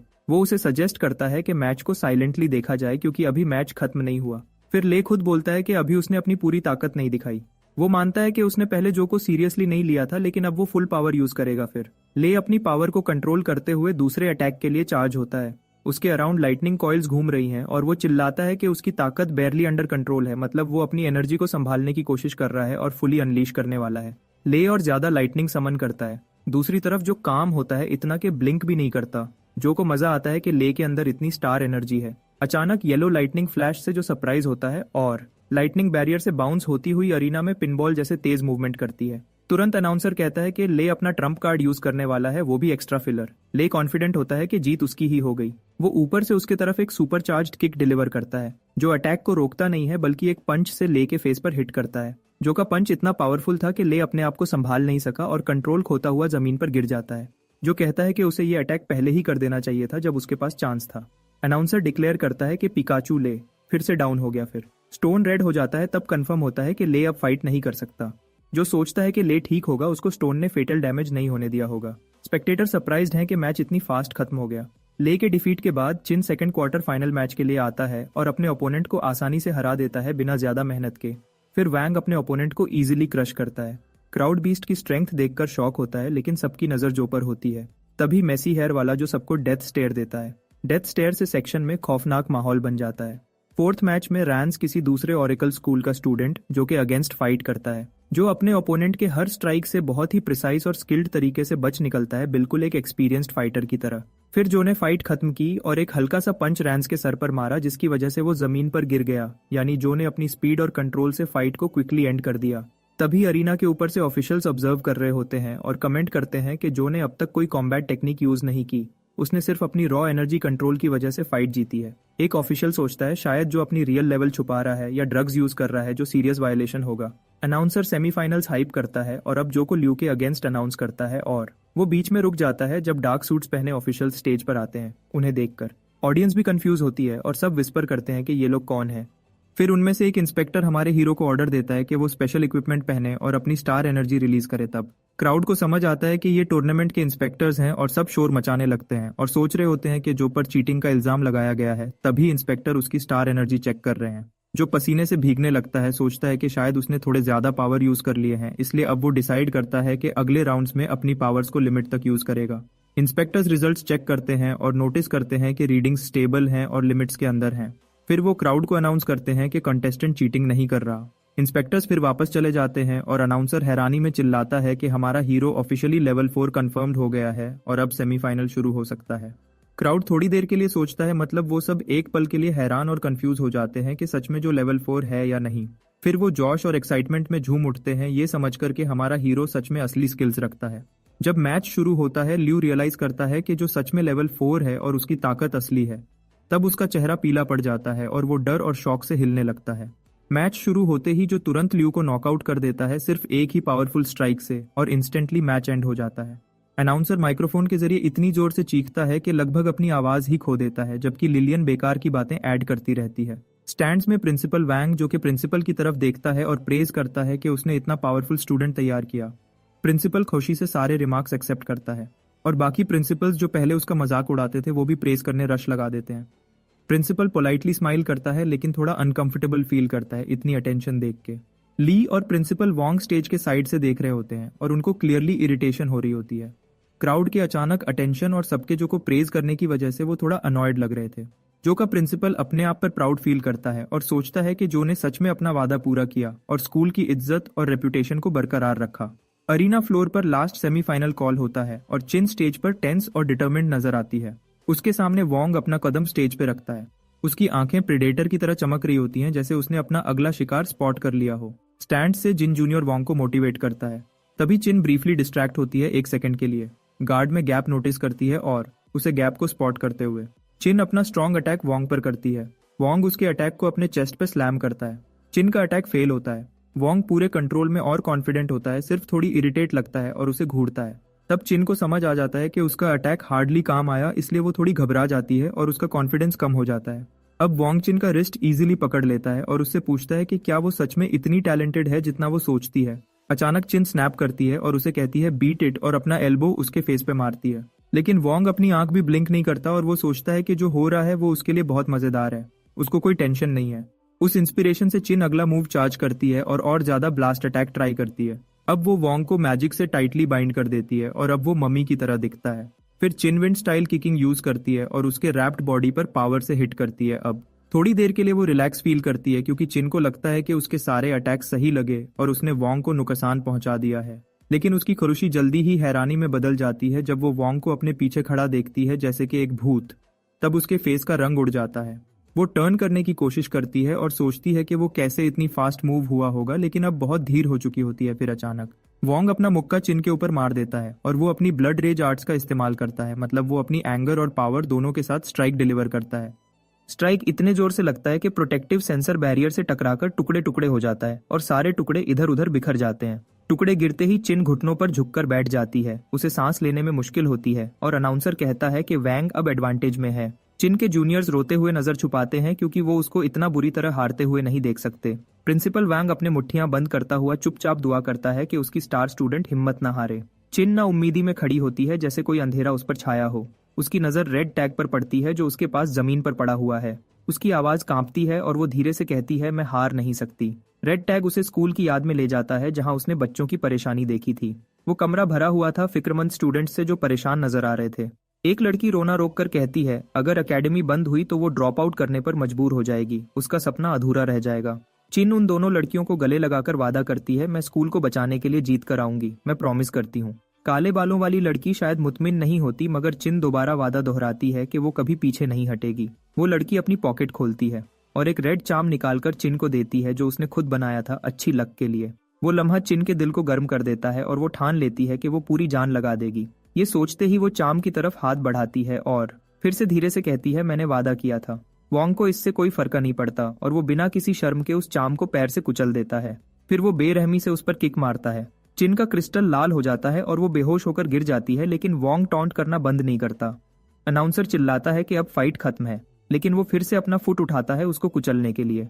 क्राउड घबराकर चिल्लाता है कि इसको रोको। स्पेक्टेटर्स खौफ से देखते हैं और सोचते हैं कि अब वो डरावना फाइटर यानी वोंग क्या करने वाला है। तभी प्रिंसिपल वांग की आवाज फटफट कर आती है। वो किसी से कह रहा होता है कि उसकी स्टूडेंट को बचाओ। फिर एक ऑफिशियल डिमांडिंग मास्टर बीच में आता है, लेकिन वो आदमी फिलहाल पूरे सुकून रहता है कि सब कंट्रोल में है। वोंग फिर से अपना फुट जोर से जमीन पर मारता है और उसकी पावरफुल फोर्स से मैदान में गड्ढा पड़ जाता है। फिर उसकी आंखें वाइड हो जाती हैं जब वो देखता है टारगेट गायब है। जो ने देखा कि वोंग ने चिन को मारने की कोशिश की, लेकिन चिन अभी भी जिंदा थी, इसलिए जो ने वक्त से पहले चिन को अपनी बाहों में पकड़ लिया और उसे बचा लिया। फिर उसने वोंग को चैलेंज किया कि क्या ये स्कूल ने उसे सिखाया है जो वो अपनी स्टूडेंट को मारने की कोशिश कर रहा है। वोंग घूमकर जॉश से जो का नाम चिल्लाता है और उसकी आंखों में गुस्से की आग होती है। अनाउंसर राहत की सांस लेता है और बोलता है कि शुक्र है हमारे हीरो ने चिन को वक्त पर बचाया। प्रिंसिपल वांग दौड़कर आता है और अपनी इंजर्ड स्टूडेंट को गोद में ले लेता है और शुक्र अदा करता है कि वो बच गई। क्राउड हैरान और परेशान हो जाता है और सोचता है कि वोंग ने वाकई उसे मारने की कोशिश की थी। वोंग बेपरवाह नजर आता है और जो की तरफ चलता हुआ धमकी देता है कि जो भी उसके रास्ते में आया वो उसे खत्म कर देगा। वोंग के घमंड ने हमारे हीरो में आग लगा दी, जो उसको किल करने वाली नजर से देखता है और चैलेंज करता है कि अगर हिम्मत है तो आजमा कर देखो। दूसरी तरफ डॉक्टर्स जल्दी से इंजर्ड गर्ल को व्हील चेयर पे बैठाकर बाहर ले जाते हैं। अनाउंसर स्टाफ से कहता है कि अरीना जल्दी रीसेट करो अगली फाइट के लिए। स्टैंड्स में हमारे हीरो के दोस्तों और सीआर का ग्रुप इकट्ठा हो जाता है और सब टेंशन से उस मंजर को देख रहे होते हैं। तभी शेन पूछता है कि अब तक सब कैसा लग रहा है और रिप्लाई मिलता है कि जो ऑलरेडी फाइनल्स तक पहुंच गया है। वो एडमिट करता है कि ओपोनेंट कुछ अजीब लग रहा है। प्रिंसिपल का फ्रेंड वार्न करता है कि जो को केयरफुल रहना चाहिए और वोंग की पावर को अंडर एस्टिमेट ना करना चाहिए। जो कॉन्फिडेंट है और कहता है कि टेंशन लेने की जरूरत नहीं। अरीना में वोंग सोचता है कि जो बहुत वीक है, लेकिन जो उससे कहता है कि तुम बस ज्यादा बोलते हो। फिर जो हंसी के साथ वोंग से पूछता है, तू फाइट करेगा या बस बोलता रहेगा। फिर दोनों एक दूसरे के सामने खड़े होते हैं। उनकी एनर्जी जोर से चमकती है और अनाउंसर कहता है कि मैच शुरू हो गया है। वोंग तुरंत जो को पंच मारने की कोशिश करता है, लेकिन उसके पंच से जो का बॉडी बिल्कुल स्टिल रहता है, उसे बिल्कुल फर्क नहीं पड़ता। वोंग मुस्कुराता है और कहता है कि उसे लगा था जो ज्यादा स्ट्रांग होगा। जो तुरंत रिप्लाई करता है और वोंग के वर्ड्स उसके मुंह से निकाल लेता है। वोंग पसीने से भीग जाता है। फिर वोंग और अग्रेसिवली रिएक्ट करता है और उससे पूछता है कि ये सच में वो वही लेवल है जो प्रीवियस टूर्नामेंट जीत चुका है। वो उसे ग्रैब करने की कोशिश करता है, लेकिन जो उसके वॉर से बचकर निकल जाता है। अब वोंग अपनी ब्लड रेज स्किल एक्टिवेट करता है और दोनों फुल स्पीड से एक दूसरे को हिट करते हैं। दोनों एक दूसरे को पीछे नहीं हटने दे रहे होते। अनाउंसर हैरानी में कहता है कि ऐसे लेवल 4 फाइट उसने पहले कभी नहीं देखे। जो कि दोस्तों को हैरानी होती है। उन्हें लगता है कि जो ने अब तक प्रैक्टिस में अपनी असली ताकत नहीं दिखाई थी। अरीना में जो एक मैसिव अपरकट रेडी करता है और ये अपरकट वोंग के जॉ पर लगता है। टीचर और प्रिंसिपल हैरानी होते हैं अपने स्टूडेंट की स्ट्रेंथ को देखकर और वोंग के मुंह से खून स्प्रे होता है और वो सोचता है कि इतना पावरफुल बंदा कैसे पीछे पुश हो गया। वोंग सोचता है कि जो ने उसे इतना पीछे धकेल दिया है और ये सोचकर उसका गुस्सा और ज्यादा बढ़ता है। फिर वो अपनी एबिलिटी को और तेज करता है और अपनी ताकत और बढ़ाता है। तभी वहां गोल्ड फिंगर अपीयर होता है और कहता है कि वोंग लिटरली स्टार एनर्जी अपनी बॉडी में फोर्स कर रहा है ताकि कि अपनी पावर बढ़ा सके। फिर अचानक वोंग एक फ्लैश की तरह गायब हो जाता है, लेकिन जो उसके मूवमेंट्स को कंटिन्यू फॉलो करता है। जो अपना एल्बो स्ट्राइक प्रिपेयर करता है और सोचता है कि जितनी भी स्पीड हो उसकी परसेप्शन स्किल के सामने यूजलेस है। कंट्रोल रूम में एक ऑफिशियल नर्वसली मास्टर से पूछता है कि वोंग का लेवल चेक करें, लेकिन मास्टर काम रहता है। मास्टर कहता है कि ये सिर्फ फैमिली का ब्लड रेज आर्ट्स यूज कर रहा है, इसलिए ये चीटिंग नहीं है। मास्टर कहता है कि असली इंटरेस्ट जो में है, क्योंकि अभी तक उसने अपनी फुल पावर नहीं दिखाई। रिंग में दोनों रैपिड पंचेस एक्सचेंज करते हैं, जैसे दो क्रैकहेड्स फ्रेंच फ्राइज के लिए फाइट कर रहे हों, जो कि फ्रेंड्स नर्वस देख रहे हैं। शेन शाउट करता है कि जो पुशबैक हो रहा है, लेकिन एक रेड हेड लड़का करेक्ट करता है कि जो एक्चुअली डिफ्लेक्ट कर रहा है वोंग के पंचेस को। अरीना में जो लॉक्ड है और हर अटैक से बचकर निकल रहा है और मूव कर रहा है अपना चांस देखते हुआ। फिर जो आखिरकार बदला लेता है और एक बहुत पावरफुल पंच मार देता है, जो बीस्ट यानी वोंग को अपनी पूरी ताकत से ब्लॉक करने पे मजबूर कर देता है। फ्लोर क्रैक करता है और वोंग थोड़ा बैक स्लाइड हो जाता है। तब जो एक और हैवी शॉट लगाता है। फिर वोंग कहता है कि जो पहला फाइटर है जिसने उसे इतना पुश किया है। वांग अपने अंदर के गुस्से और घमंड से भर जाता है। वो अपनी ब्लड आर्ट्स को और ज्यादा पावर देता है और चीख कर कहता है कि अब भी वो सबसे स्ट्रांग है। उसके अंदर का घमंड और जुनून दोनों मिलकर उसे और वायलेंट बना देते हैं। लेकिन हमारा हीरो जो बिल्कुल कॉन्फिडेंट रहता है और उसे टॉन्ट करता है, बस इतनी ही पावर थी तुम्हारे पास। फिर हमारा हीरो अपना बोरो पावर स्किल एक्टिवेट करता है और उसका लेवल भी बढ़ने लगता है।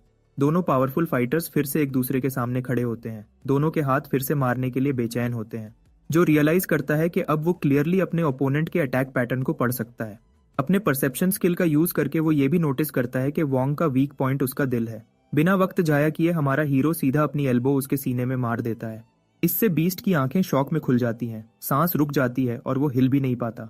लेकिन फिर भी जो रुकता नहीं, वो तुरंत अगला अटैक करता है और वोंग को डिफेंस पे ला देता है। वोंग एक के बाद एक पंच ब्लॉक करता है। हर एक पंच पहले से भी ज्यादा हैवी होता है। उसके दिमाग में ये बात नहीं बैठती कि जो कि स्पीड और पावर अभी भी बढ़ रही है। फिर भी वो हार मानने से इनकार करता है। वो अपनी ब्लड आर्ट्स को लिमिट के पार तक पुश करता है। हमारा हीरो डिक्लेयर करता है कि ये फाइट अब खत्म हो चुकी है और अपनी फिस्ट में पूरे स्टार एनर्जी भर लेता है। वैंग चीखता है मर जा और एक बड़ा पंच मारने के लिए आगे बढ़ता है। दोनों के पंचेस टकराता है और एक बड़ी एक्सप्लोजन होती है। शॉकवेव पूरी अरीना में फैल जाती है। स्पेक्टेटर्स अपने हाथ से अपने आप को ढक लेते हैं। प्रिंसिपल शॉक में लड़ाई को देखता है और घबराकर पूछता है ये क्या हुआ अभी। धुआं धीरे धीरे कम होता है। अनाउंसर चिल्लाता है कि वोंग अभी भी खड़ा है, लेकिन अगले ही पल वो गिर जाता है और उसका क्रिस्टल जमीन पर गिरता है लाल चमक के साथ। अब सिर्फ हमारा हीरो खड़ा रहता है। जीत उसकी होती है। Lightest school officially level 4 category और पूरे चैंपियनशिप का विनर बन जाता है। जो कि फ्रेंड्स खुशी से चीख रहे होते हैं कि हम जीत गए हैं।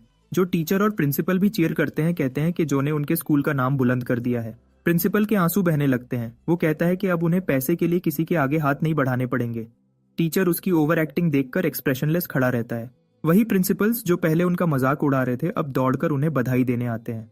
वैंग का प्रिंसिपल गुस्से से पागल हो जाता है और लास्ट ईयर का रनर अप प्रिंसिपल भी समझ नहीं पाता कि अब वो क्या करे। प्रिंसिपल ली भी हैरान होता है जब उसका सो कॉल्ड एलाई उसे छोड़कर भाग जाता है। मास्टर भी अब निकलने लगता है क्योंकि टूर्नामेंट खत्म हो गया होता है, लेकिन जाते हुए उसकी आंखें तेजी से तंग हो जाती हैं, जैसे उसने कुछ अजीब या इंपॉर्टेंट चीज देख ली हो। वो सोचता है क्या ये लोग जो को अपने टीम में ऐड करने आए हैं। वहां एक बूढ़ा आदमी अपने पास खड़ी लड़की से कहता है कि उसने सोचा भी नहीं था कि इतने छोटे स्कूल से इतना बड़ा टैलेंट निकलेगा। वो पूछता है कि क्या वो लड़का जो उनके ग्रुप में आ सकता है। तब लड़की, जिसका नाम लिन है, कहती है कि वो दोनों बचपन के दोस्त थे, लेकिन अब जो उसे पहचानता भी नहीं। फिर भी लिन कसम खाती है कि वो अपनी पूरी कोशिश करेगी उसे ग्रुप में लाने के। अरीना के अंदर विनिंग टीम स्टेज पर प्राउडली खड़ी होती है। कैमरास फ्लैश करते हैं और प्रिंसिपल अपने स्कूल का नाम ऊंचा करता है, जीत का पूरा फायदा उठाते हुए।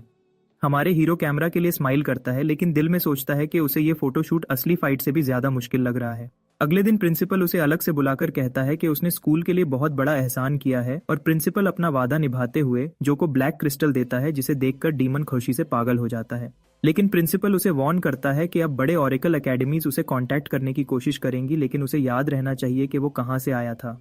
बाद में जो ऑफिस से बाहर निकलता है और तुरंत अपने दोस्तों से टकरा जाता है जो खुशी खुशी पेपर्स लेकर आए होते हैं, जबकि अभी समर ब्रेक चल रहा होता है। शेन अपना हाथ उसके कंधे पर रखता है और बताता है कि सब टॉप एकेडमीज ने उन्हें एडमिशन लेटर्स भेज दिए हैं और सब एक्सेप्ट हो गए हैं। हमारा हीरो एक एक को मुबारकबाद देता है, लेकिन सब उसे इंसिस्ट करते हैं कि असली क्रेडिट उसका है।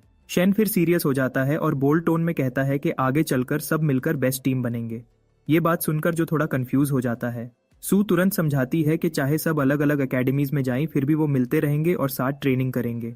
जो हल्का सा स्मर्क करता है और कहता है कि वो भी यही चाहता है, वरना वो बोर हो जाएगा। चलते हुए वो बोलता है कि जब वो और स्ट्रांग बनने की ट्रेनिंग करेगा तो उसे उनकी मदद चाहिए होगी। तभी अचानक एक और फिगर कॉर्नर से बाहर आता है। सब लोग सरप्राइज हो जाते हैं। सीआर पूरी हिम्मत के साथ कहती है कि क्या वो भी उनके ग्रुप में शामिल हो सकती है क्योंकि वो भी उनके साथ स्ट्रांग बनना चाहती है। उसकी आंखें चमकने लगती हैं जब वो फाइनली एलीट क्लासरूम के अंदर कदम रखती है। वो हमारे हीरो का शुक्रिया अदा करती है, लेकिन वो कहता है कि ये सब प्रिंसिपल की वजह से हुआ। लियो भी प्रिंसिपल का शुक्रिया अदा करता है और प्रिंसिपल कहता है कि उसे उनकी मदद करके खुशी मिली है। वो बताता है कि अब वो चाहता है कि ये फैसिलिटी सबके लिए ओपन हो और बहुत सारे नए चेंजेस भी आने वाले हैं। कंपटीशन जीतने के बाद प्रिंसिपल के पास अब पैसा आ गया था और वो अपने प्लान्स पूरा कर सकता था। ये सब स्टूडेंट्स की वजह से पॉसिबल हुआ। वो सबको उनकी मेहनत के लिए प्रेज करता है, जबकि गैंग मजाक में कहती है कि ये सारे बदलाव तब आए जब वो स्कूल छोड़ रहे हैं। सू सीआर से पूछती है कि वो इतनी मेहनत क्यों कर रही है जबकि वेकेशन चल रही है और कोई कंपटीशन भी नहीं है। सीआर अपनी स्टोरी बताती है कि पहले उसे लगता था वो किसी काम की नहीं, लेकिन सबको इतना मेहनत करता देखकर वो इंस्पायर हो गई है और अब वो स्पेशल कल्चरल स्टूडेंट के लिए अप्लाई करना चाहती है जिसका 1 महीना डेडलाइन बचा है। ये सुनकर पिंक हेड लड़की रो पड़ती है। सू उसका हाथ पकड़कर कहती है कि वो उसकी हर तरह से मदद करेगी। शेंजो से पूछता है कि उसने क्या डिसाइड किया कि वो किस एकेडमी में जाएगा, जो बताता है कि उसे अब तक कोई लेटर नहीं मिला। ये सुनकर सब शॉक हो जाते हैं क्योंकि उन्हें तो सबसे बड़ी एकेडमी से लेटर तुरंत मिल गए थे। प्रिंसिपल खांसी करता है और जो को बुलाता है कि उसके पास कुछ बताने को है। वो एक रेड एनवेलोप देता है और कहता है कि ये अभी अभी आया है। शेन राहत की सांस लेता है और कहता है कि उसे पता था कि जो जैसे बंदे को कोई इग्नोर नहीं कर सकता। जो लेटर पढ़ता है और कहता है कि ये डॉन एकेडमी से है। सब लोग उस नाम को सुनकर शॉक हो जाते हैं। ब्राउन हेयर वाला लड़का चिल्लाकर कहता है कि ये वही एकेडमी है जो सबसे टॉप पे है। हमारे हीरो को क्यूरियोसिटी होती है और वो पूछता है कि डिटेल में बताएं। वो एक्सप्लेन करता है कि टोटल 5 मेजर एकेडमीज हैं जो अथॉरिटी और स्ट्रेंथ का सिंबल मानी जाती है, लेकिन उन सब में सबसे ऊपर है डॉन एकेडमी, जिसे ये राइट है कि वो किसी भी स्टूडेंट को अपनी एकेडमी में ले सकती है। जो फिर मजाक में पूछता है कि अगर सबसे टॉप डॉन एकेडमी है तो 5 के बजाय 6 एकेडमीज क्यों नहीं है। फिर प्रिंसिपल काम टोन में कहता है कि डॉन एकेडमी की असली वैल्यू नापना मुमकिन नहीं है क्योंकि वो उन एकेडमीज में से है जो रिफ्ट यानी एक दूसरी दुनिया जहां मॉन्स्टर रहते हैं उनके खिलाफ बनाई गई थी। फिर वो थोड़ा सीरियस हो जाता है और कहता है कि ये इन्फॉर्मेशन स्ट्रिक्टली कॉन्फिडेंशियल है, लेकिन वो उन्हें बता देगा। वो समझाता है कि रिफ्ट असल में एक दूसरी डायमेंशन है जहां बहुत ही पावरफुल मॉन्स्टर्स रहते हैं। अगर वो कभी रियल दुनिया में आ गए तो सब कुछ बर्बाद हो जाएगा। इसीलिए जब भी ये पोर्टल्स खुलते हैं वहां हंटर्स भेजे जाते हैं ताकि वो मॉन्स्टर्स को खत्म कर दें। रिफ्ट क्लियर करना फायदेमंद तो है, लेकिन रिस्क बहुत ज्यादा है। प्रिंसिपल बताता है कि वो खुद एक वक्त में रिफ्ट क्लियरिंग स्क्वाड का हिस्सा था, लेकिन एक की मेंबर की मौत ने पूरी टीम को अफरा तफरी में डाल दिया और फिर वो स्क्वाड खत्म हो गई। वो कहने लगता है कि दूसरी एकेडमीज भी स्टूडेंट्स से रिफ्ट्स क्लियर करवाती हैं, लेकिन डॉन एकेडमी का अलग लेवल की है, इसलिए वो जो को वार्न करता है कि सोच समझकर फैसला ले। प्रिंसिपल उसे रियश्योर करता है कि अगर वो चाहे तो और एकेडमीज भी उसके लिए ओपन है, उसे अपनी जान रिस्क में नहीं डालनी चाहिए। लेकिन हमारा हीरो मुस्कुराता है और कहता है कि उसने डिसाइड कर लिया है वो डॉन एकेडमी को ही ज्वाइन करेगा। प्रिंसिपल मुस्कुरा के कहता है कि उसे पहले ही अंदाजा था और ये भी कहता है कि जो अब नई बुलंदियों तक पहुंचेगा। शेन उसके कंधे पर हाथ रखता है और कहता है कि सब मिलकर स्ट्रांग बनेंगे और तब रिफ्ट उनके लिए कुछ भी नहीं होगी। फिर ब्लॉन्ड लड़का चेक करता है और शॉक होता है कि एडमिशन की डेडलाइन सिर्फ 10 दिन बाकी है, जबकि नॉर्मली ये आधा साल तक होती है। ये सुनकर हमारा हीरो घबरा जाता है। वो कहता है कि उसे खुद को प्रिपेयर करना होगा, इसलिए वो सीआर को ट्रेन नहीं करा पाएगा, लेकिन दोस्तों ने उसे अश्योर किया कि वो मैनेज कर लेंगे। अपने अपार्टमेंट वापस आकर वो एक लिस्ट बनाना शुरू करता है। तभी डीमन बुक सामने आती है और ब्लैक क्रिस्टल को हवा में फ्लोट कर देती है। जो हाथ आगे बढ़ता है और वो क्रिस्टल को छू लेता है, फिर उसमें से कुछ अब्जॉर्ब कर लेता है। ब्लैक क्रिस्टल जमीन पर गिरकर छिन्न भिन्न हो जाता है। ये देखकर हमारा हीरो शॉक में आ जाता है, जैसे उसका दिल रुक गया हो। वो उदास होकर कहता है कि उसका प्लान था कि वो क्रिस्टल बेचकर पैसे कमा लेगा। गोल्डफिंगर कहता है कि अब ये बेकार है और टॉपिक बदलकर पूछता है कि स्कूल विजिट कैसा रहा। जो बताता है कि उसका एडमिशन डॉन एकेडमी में हो गया है, जहां वो पैसा भी कमा सकता है और स्ट्रांग भी बन सकता है, लेकिन उसे रिफ्ट्स रेड करनी पड़ेंगी। डीमन बुक कहती है कि रिफ्ट से डरने की जरूरत नहीं, क्योंकि स्टार एनर्जी का असल सोर्स वही है। हमारा हीरो टॉपिक बदल देता है और पूछता है कि जब एक विश पूरी हो गई तो क्या कोई रिवॉर्ड भी मिलेगा। ये सुनकर गोल्डफिंगर थोड़ा गुस्सा होता है और कहता है वो कोई विशिंग वेल नहीं है, लेकिन फिर भी हेल्प करने के लिए तैयार हो जाता है क्योंकि रिफ्ट्स उसके अपने मिशन से भी जुड़ी होती हैं। वो जो से कहता है कि वो अब थोड़ा बर्दाश्त करे, फिर वो उसकी तरफ डार्क एनर्जी भेजता है। हमारा हीरो वो डार्क ऑरा अब्सॉर्ब कर लेता है। सिस्टम उसे इन्फॉर्म करता है कि उसने एक नई एबिलिटी अनलॉक कर ली है, डिवाइन क्रिएशन। ये पावर उसके पूरे बॉडी स्ट्रक्चर को बदल देती है। वो दर्द सहकर लेवल 6 तक पहुंच जाता है। प्रोसेस खत्म होने के बाद वो पूछता है कि ये क्या हुआ। अभी सिस्टम उसे समझाता है कि अब उसके पास एबिलिटी है कि वो अपनी एनर्जी से कुछ भी क्रिएट कर सकता है। गोल्डफिंगर बताता है कि ये एबिलिटी उसके पुराने दोस्त साटो की थी, जो लिटरली कुछ भी बना सकता था, और ये रिवॉर्ड पहले के सब रिवॉर्ड से ज्यादा पावरफुल है। जो सोचता है कि क्या ये सिर्फ एक एडवांस्ड लेवलिंग अप का तरीका है, लेकिन गोल्डफिंगर उसे डांटता है कि लेवल सब कुछ नहीं होते। डीमन समझाता है कि लेवल सिर्फ फिजिकल बॉडी को अफेक्ट करते हैं, लेकिन पहला अवेकनिंग डी रैंक किसी के फ्यूचर का असली रुख तय करता है। इसीलिए उसने जो को ये स्किल दी ताकि वो कोई बेकार पावर ना ओपन करे। तब अचानक उसे याद आता है कि चिन के पास भी एक एबिलिटी टाइप अवेकनिंग थी और उसके सामने नॉर्मल कॉम्बैट स्किल्स कुछ नहीं थे। फिर गोल्डफिंगर उससे बताता है कि रिफ्ट में घुसना सिर्फ ताकत का काम नहीं है, वहां दिमाग और हिम्मत दोनों चाहिए। वो उससे कहता है कि ये नई स्किल सिर्फ तब पावरफुल होगी जब उसका माइंडसेट सही होगा, और फिर उससे बोलता है कि चलो अब टेस्ट करके दिखाओ। जो नोटिस करता है कि उसके बॉडी का पूरा स्ट्रक्चर बदल गया है। अब उससे स्टार एनर्जी एब्जॉर्ब होती फील ही नहीं हो रही और सिस्टम पैनल बिल्कुल गेम इंटरफेस जैसा लग रहा था। जो अपने सिस्टम पैनल को देखता है और सोचता है कि शायद इसमें एक शॉप फीचर भी होगा जहां से वो चीजें खरीद सकेगा, जैसे गेम के अंदर आइटम्स मिलते हैं। लेकिन जब वो चेक करता है तो शॉप का ऑप्शन लॉक होता है, और सिर्फ शॉप नहीं बल्कि कई और फीचर्स भी लॉक होते हैं, और वो तब तक ओपन नहीं होंगे जब तक वो और लेवल अप नहीं करता। वो लेवल अप स्क्रीन चेक करता है जहां साइड पे मिशंस दिए हुए हैं, मगर उसके पास सोल पॉइंट्स कम है, इसलिए वो स्टार्ट नहीं कर सकता। गोल्डफिंगर गुस्सा होकर उससे पूछता है कि वो इतना टाइम क्यों ले रहा है, तो जो कहता है कि रिफ्ट में जाए बिना वो लेवल अप नहीं कर सकता और अभी वो इतना स्ट्रांग नहीं है। डीमन बुक उसका मजाक उड़ा के कहती है कि लगता है हमारा हीरो इतना भी काम का नहीं निकला। तभी एक नई सिस्टम विंडो खुल जाती है जिसमें लिखा होता है कि एक और विश पूरी हो गई है। उसका बॉडी चमकने लगता है और उसे नया रिवॉर्ड मिलता है, मेज आर्मा। ये एक यूनिक ग्रेड आर्मर होता है, यानी एक चमकता हुआ मेटल का स्वीट जो समन होने पर उसके अराउंड शील्ड बना देता है और अटैक और डिफेंस दोनों बढ़ा देता है। जो खुशी से झूम उठता है और गोल्डफिंगर इमोशनल हो जाता है और कहता है कि उसने अपनी बची हुई सारी पावर यूज दे दी है, अब आगे का सफर जो का है। अगले दिन प्रिंसिपल उससे पूछता है कि वो इतनी जल्दी क्यों निकल रहा है, तो जो कहता है कि डॉन अकेडमी सिर्फ एक दिन की दूरी पे है, लेकिन वो पहले पहुंचना चाहता है। वो प्रिंसिपल के हाथ एक चिट्ठी देता है कि ये उसकी बहन को हॉस्पिटल में देनी है और उसका ख्याल रखना है। प्रिंसिपल कहता है कि वो खुद क्यों नहीं मिलता, तो जो थोड़ा सीरियस होकर बोलता है कि अभी हालात ऐसे नहीं है। प्रिंसिपल ज्यादा सवाल नहीं करता और मुस्कुराता है और प्रॉमिस करता है कि वो देख लेगा। सब उसे फेयरवेल देते हैं और जो उन्हें वेव करके अपनी नई जर्नी स्टार्ट करता है। एयरपोर्ट पहुंचकर वो रिसेप्शनिस्ट से वीजा और टिकट मांगता है मिड लेवल एरिया के लिए। रिसेप्शनिस्ट पूछती है कि वेकेशन टाइम में वो वहां क्यों जा रहा है, तो जो कहता है कि उसे एडमिशन मिला है। वो डॉन अकेडमी का कार्ड दिखाता है। रिसेप्शनिस्ट उस कार्ड को देखकर शॉक हो जाती है और वो सोचती है कि ऐसा कार्ड उसने अपनी लाइफ में कभी नहीं देखा। वो थोड़ा देर तक उसे देखती रहती है और जो कंफ्यूज होता है कि क्या हो रहा है। फिर वो जल्दी से सॉरी बोलती है और कहती है कि कार्ड ही काफी है, एडमिशन लेटर की जरूरत नहीं।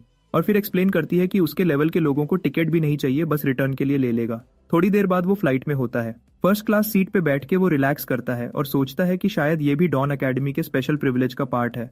विंडो के बाहर देखकर वो सोचता है कि ये नई जगह उसके सपनों के जैसी होगी या नहीं। फिर मुस्कुराता है और फ्लाइट का सफर एंजॉय करता है। जब डॉन ब्रेकर अकेडमी पहुंचता है तो उसे एनवायरनमेंट अजीब लगता है, इतना पीसफुल और काम माहौल होता है। वो रजिस्ट्रेशन डेस्क के पास जाके अपना नाम लिखवाता है। जब रिसेप्शनिस्ट को पता चलता है कि वो जो चैन है तो वो तुरंत खुशी से खड़ा हो जाता है और कहता है कि कोई उसका इंतजार कर रहा था तो वो खुद उसे वहां ले जाएगा। जो थोड़ा हैरान होता है और सोचता है वो इतना इंपॉर्टेंट कब बन गया। रिसेप्शनिस्ट उसे अकेडमी के अंदर ले जाता है और उसे एक बड़े स्टोन मॉन्यूमेंट के पास ले आता है जहां कुछ खास लिखा हुआ होता है। रिसेप्शनिस्ट उसे एक बड़े स्टोन मॉन्यूमेंट के पास ले जाता है और कहता है कि अपना कार्ड इस पर रखो। जो थोड़ा कंफ्यूज होता है लेकिन फिर भी करता है। जैसे ही वो कार्ड मॉन्यूमेंट पर रखता है एक ब्राइट लाइट चमकती है और अगले ही पल उसे लगता है जैसे दुनिया घूम गई हो। वो और रिसेप्शनिस्ट दोनों टेलीपोर्ट हो जाते हैं सीधा अकेडमी के अंदर। ये एक्सपीरियंस देखकर जो बिल्कुल स्पीचलेस रह जाता है। उसे यकीन नहीं होता कि ऐसी टेक्नोलॉजी भी होती है। कुछ देर बाद रिसेप्शनिस्ट उसे अकेडमी के अंदर ले जाता है। वहां वो उस शख्स से मिलवाता है जो उसका इंतजार कर रहा था। वो एक खूबसूरत लड़की होती है जिसके लंबी सफेद बाल होते हैं, लिन अन। वो मुस्कुराते हुए पूछती है कि क्या जो उसे याद करता है। जो कहता है हाँ, और ये भी बताता है कि वो उसका शुक्रिया अदा करना चाहता था। उसे यह जानकर हैरानी होती है कि लिन एक्चुअली उसकी सीनियर है। जब रिसेप्शनिस्ट चला जाता है तो दोनों अकेले रह जाते हैं। जो सोचता है कि लिन इतनी बेचैन क्यों लग रही है उससे मिलने के लिए, लेकिन तभी एक लड़का क्वीमिंग चंग उनके बीच आ जाता है और जो का रास्ता रोक लेता है। लिन गुस्से से उसे कहती है कि मेहमान के साथ तमीज से बात करो। फिर वो जो को एक बात करने के लिए बुलाती है, लेकिन जो कहता है कि बात शॉर्ट रखें। तो लिन सीधा उसे एक ऑफर देती है कि वो उसका ग्रुप ज्वाइन करे तो वो बदले में उसे 30 मिलियन देंगे। ये सुनकर जो के होश उड़ जाते हैं। उसे यकीन नहीं होता कि ये इतना बड़ा अमाउंट है। क्वाइमिंग भी शॉक्ड होता है और लिन से पूछता है कि क्या वो पागल हो गई है। लिन उसे घूरकर कहती है कि किसने उसे डिसीजन लेने का हक दिया है। क्वाइमिंग उसे समझाने की कोशिश करता है, लेकिन अंदर से सोचता है कि लिन इस लड़के को डिफेंड क्यों कर रही है। लिन फिर जो की तरफ मुड़ती है और कहती है कि 30 मिलियन उसका फाइनल ऑफर है। जो सोचता है कि ये ऑफर लेना चाहिए या नहीं, क्योंकि उसके पास सिर्फ ई रैंक का स्किल है। लेकिन उसके जवाब देने से पहले ही एक अनाउंसमेंट होती है कि सब नए स्टूडेंट्स असेंबली हॉल में आ जाएं। लिन उसे कहती है कि ऑफर के बारे में सोच ले, ये उसके लिए एक बड़ा मौका हो सकता है। जो कहता है कि वो जरूर सोचेगा और लिन उसे असेंबली हॉल तक छोड़ने जाती है। असेंबली हॉल में सब नए स्टूडेंट्स जमा होते हैं। वहाँ एक लड़का होता है जिसके गोल्डन बाल होते हैं और वो अपने आप को सबसे सुपीरियर समझता है। वो जाने अनजाने में जो के पास बैठ जाता है ताकि कंपैरिजन हो सके। उस लड़के के इरादे बिल्कुल साफ नहीं होते। वो लिन पे कब्जा करना चाहता है और उससे शादी करके अपनी फैमिली की पावर बढ़ाना चाहता है। ओरिएंटेशन स्टार्ट होती है और इंस्ट्रक्टर जांगहुई स्टेज पर आता है। वो अपना तारुफ करता है और सब स्टूडेंट्स को कंग्रेचुलेशंस देता है कि उन्होंने डॉन ब्रेकर एकेडमी में एडमिशन ले लिया। वो कहता है कि सब जीनियस हैं लेकिन अभी ये लोग सिर्फ फ्रेशमैन हैं। फिर वो वार्न करता है कि अब इन्हें फिशर का सामना करना होगा। फिशर एक ऐसी जगह है जहां मॉन्स्टर्स होते हैं, ऑरेकल्स इन्हें हंट करते हैं लेकिन कभी कभी खुद भी शिकार बन जाते हैं। इंसानी हथियार वहां काम नहीं करते, सिर्फ स्ट्रॉन्ग कोर पावर और फिशर मटेरियल के वेपन्स यूजफुल होते हैं। डॉन ब्रेकर एकेडमी ऐसे टॉप ऑरेकल्स को ट्रेन करती है जो इन फिशर्स के खिलाफ डिफेंस लाइन बन सके। जांग हुई सबको कहता है कि लाइब्रेरी जाकर और नॉलेज लो, और फिर उन्हें ट्रेनिंग हॉल में कॉम्बैट प्रैक्टिस के लिए भेज देता है। इंस्ट्रक्टर उन्हें बताता है कि स्टूडेंट्स अपना स्केड्यूल खुद बना सकते हैं, लेकिन उन्हें वार्निंग भी देता है कि यहाँ सिर्फ वही टिकता है जो एकेडमी के टफ रूल्स को अडेप्ट करे और स्ट्रांग बने, वरना बेकार समझा जाएगा। इंस्ट्रक्टर सब स्टूडेंट्स को देखता है और नोटिस करता है कि उनके चेहरे पे जरा भी डर नहीं था। तब वो मुस्कुराता है और कहता है कि यही देखना था उसे, मतलब कि सब कॉन्फिडेंट हैं और चैलेंज से नहीं घबरा रहे थे। फिर वो प्राउडली अनाउंस करता है कि फर्स्ट असेसमेंट सक्सेसफुल। सब स्टूडेंट्स को रिवॉर्ड के तौर पर एक स्किल स्टोन दिया जाता है। ये एक क्रिस्टल होता है जो किसी कॉम्बैट एबिलिटी को एब्जॉर्ब करने की पावर देता है। इस बार जो एबिलिटी मिली उसका नाम है वाइज आई। ये स्किल स्टूडेंट को ऑटोमेटिक सेंसिंग और फिशर स्क्रिप्ट पढ़ने की एबिलिटी देती है। फिर इंस्ट्रक्टर उन्हें बताता है कि 2 और टेस्ट होंगे। पहला एक एंट्रेंस टेस्ट है जिसमें उन्हें एक लो रैंक फिशर क्लियर करना होगा, और दूसरा टेस्ट ये है कि उन्हें आधे साल के अंदर डी रैंक तक पहुंचना होगा और अपनी पोटेंशियल जगानी होगी। कुछ स्टूडेंट्स ये सुन के पैनिक हो जाते हैं जबकि कुछ रिलैक्स रहते हैं क्योंकि उन्हें डी रैंक तक पहुंचने का तरीका पता था। इंस्ट्रक्टर उनकी टेंशन देखकर उन्हें अश्योर करता है कि एकेडमी उन्हें सप्लीमेंट्स देगी जो प्रोसेस फास्ट कर देंगे। फिर वो चिल्लाता है सीनियर्स कम इन, और हॉल एकदम साइलेंट हो जाता है क्योंकि सामने आती है एक खूबसूरत लड़की लिन एन, जिसका प्रेजेंस ही सबको इम्प्रेस कर देता है। इंस्ट्रक्टर कहता है कि ये सीनियर्स फ्रेशमैन की टेस्ट में हेल्प करेंगे और स्टूडेंट्स को गाइड करता है कि अपने मेंटर्स चूज करें। सब स्टूडेंट्स लिनैन को देखकर शॉक हो जाते हैं। उन्हें यकीन नहीं होता कि वो उनके सामने खड़ी है। हॉल में हल्की सी फिजा बदलती है, सबका ध्यान चेनहुआ ग्रुप की तरफ जाता है। एक स्टूडेंट खड़ा हो जाता है और इमोशनल टोन में कहता है कि उसने एकेडमी सिर्फ लिनैन की वजह से ज्वाइन की थी और उससे रिक्वेस्ट करता है कि वो उसकी मेंटोर बने। लेकिन लिनैन उसे मना कर देती है, ये कहकर कि वो सिर्फ मैजिक टाइप स्टूडेंट्स को एक्सेप्ट करती है जबकि वो स्ट्रेंथ टाइप का है। एक और लड़का कह देता है कि वो सिर्फ उनके लिए अपना टाइप बदल लेगा और मैजिक सीखेगा, चाहे वो स्ट्रेंथ मास्टर ही क्यों ना हो।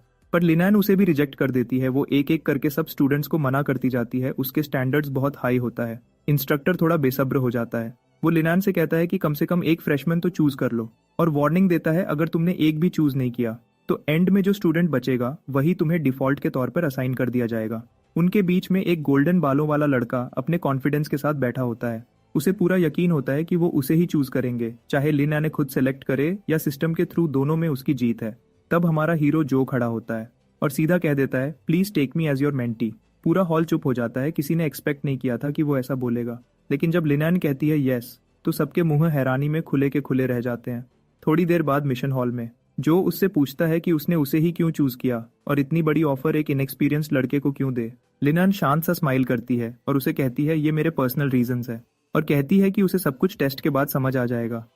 लिनैन फिर उस टीम का इंट्रोडक्शन करती है जो के अपकमिंग टेस्ट के लिए रेडी की गई है। सुहान सुपरवाइजर है। वो सिर्फ तब इंटरफियर करेगी जब किसी की जान खतरे में हो, वरना उसकी हेल्प करना ऑटोमेटिक फेलियर माना जाएगा। टीम की हीलर लीवे है जो रिकवरी और इंजरीज का ध्यान रखती है। जॉवलिन लॉन्ग रेंज अटैकर है। वो दूर से एनिमीज को टारगेट करती है। टीम लीडर ली रुई है जो पूरा फॉर्मेशन कंट्रोल करता है और टैक्टिकल डिसीजंस लेता है। ली रॉय टीम मेंबर जो को देखता है और नोटिस करता है कि उसके पास कोई वेपन नहीं। वो पूछता है क्या उसने कोई स्पेशल टैलेंट अवेकन किया है, तो जो उसे नहीं कहता है। ये सुनकर लीरॉय शॉक हो जाता है और सोचता है कि एकेडमी ने इसे एडमिट कैसे कर लिया बिना अवेकनिंग के। लेकिन अब शिकायत का कोई फायदा नहीं होता, तो सब डिसाइड करते हैं कि उसके साइड पर अलर्ट रहेंगे। लियू वे हीलर उसे कहती है कि उसके पास ही रहो ताकि वो उसकी प्रोटेक्शन कर सके, लेकिन जो कॉन्फिडेंटली कहता है कि मुझे कॉम्बैट का एक्सपीरियंस है। ये सुनकर वो थोड़ा इरिटेट होती है लेकिन कुछ नहीं कहती। फिर ली रुई की टीम को फिशर रूम 1 में भेजा जाता है। ये फिशर वर्ल्ड ट्री फ्रैगमेंट से ओपन होती है। जैसे ही फिशर ओपन होती है जो को एक बहुत घनी और डार्क एनर्जी वाली चमक फील होती है। वो दिल में सोचता है कि शायद मुझे यहाँ लेवल अप का की मिल जाए। सब एक गुफा में पहुंचते हैं और लगभग तुरंत ही शैडो डीमन वुल्व्स का एक पैक उनकी प्रेजेंस फील करता है अपनी तेज घ्राण स्मेल से। वो वुल्व्स ग्राउल करते हुए उनकी तरफ बढ़ते हैं। लीरॉय और जॉवलिन रेडी हो जाते हैं और तुरंत उन वुल्व्स पर चार्ज कर देते हैं। वो पूरी कोशिश करते हैं उन्हें मार गिराने की। हीलर लियू वे तुरंत दौड़कर उन दोनों को हील करने जाती है, लेकिन उसे ये नहीं पता होता कि एक बीस्ट उसके बिल्कुल पीछे आ चुकी है।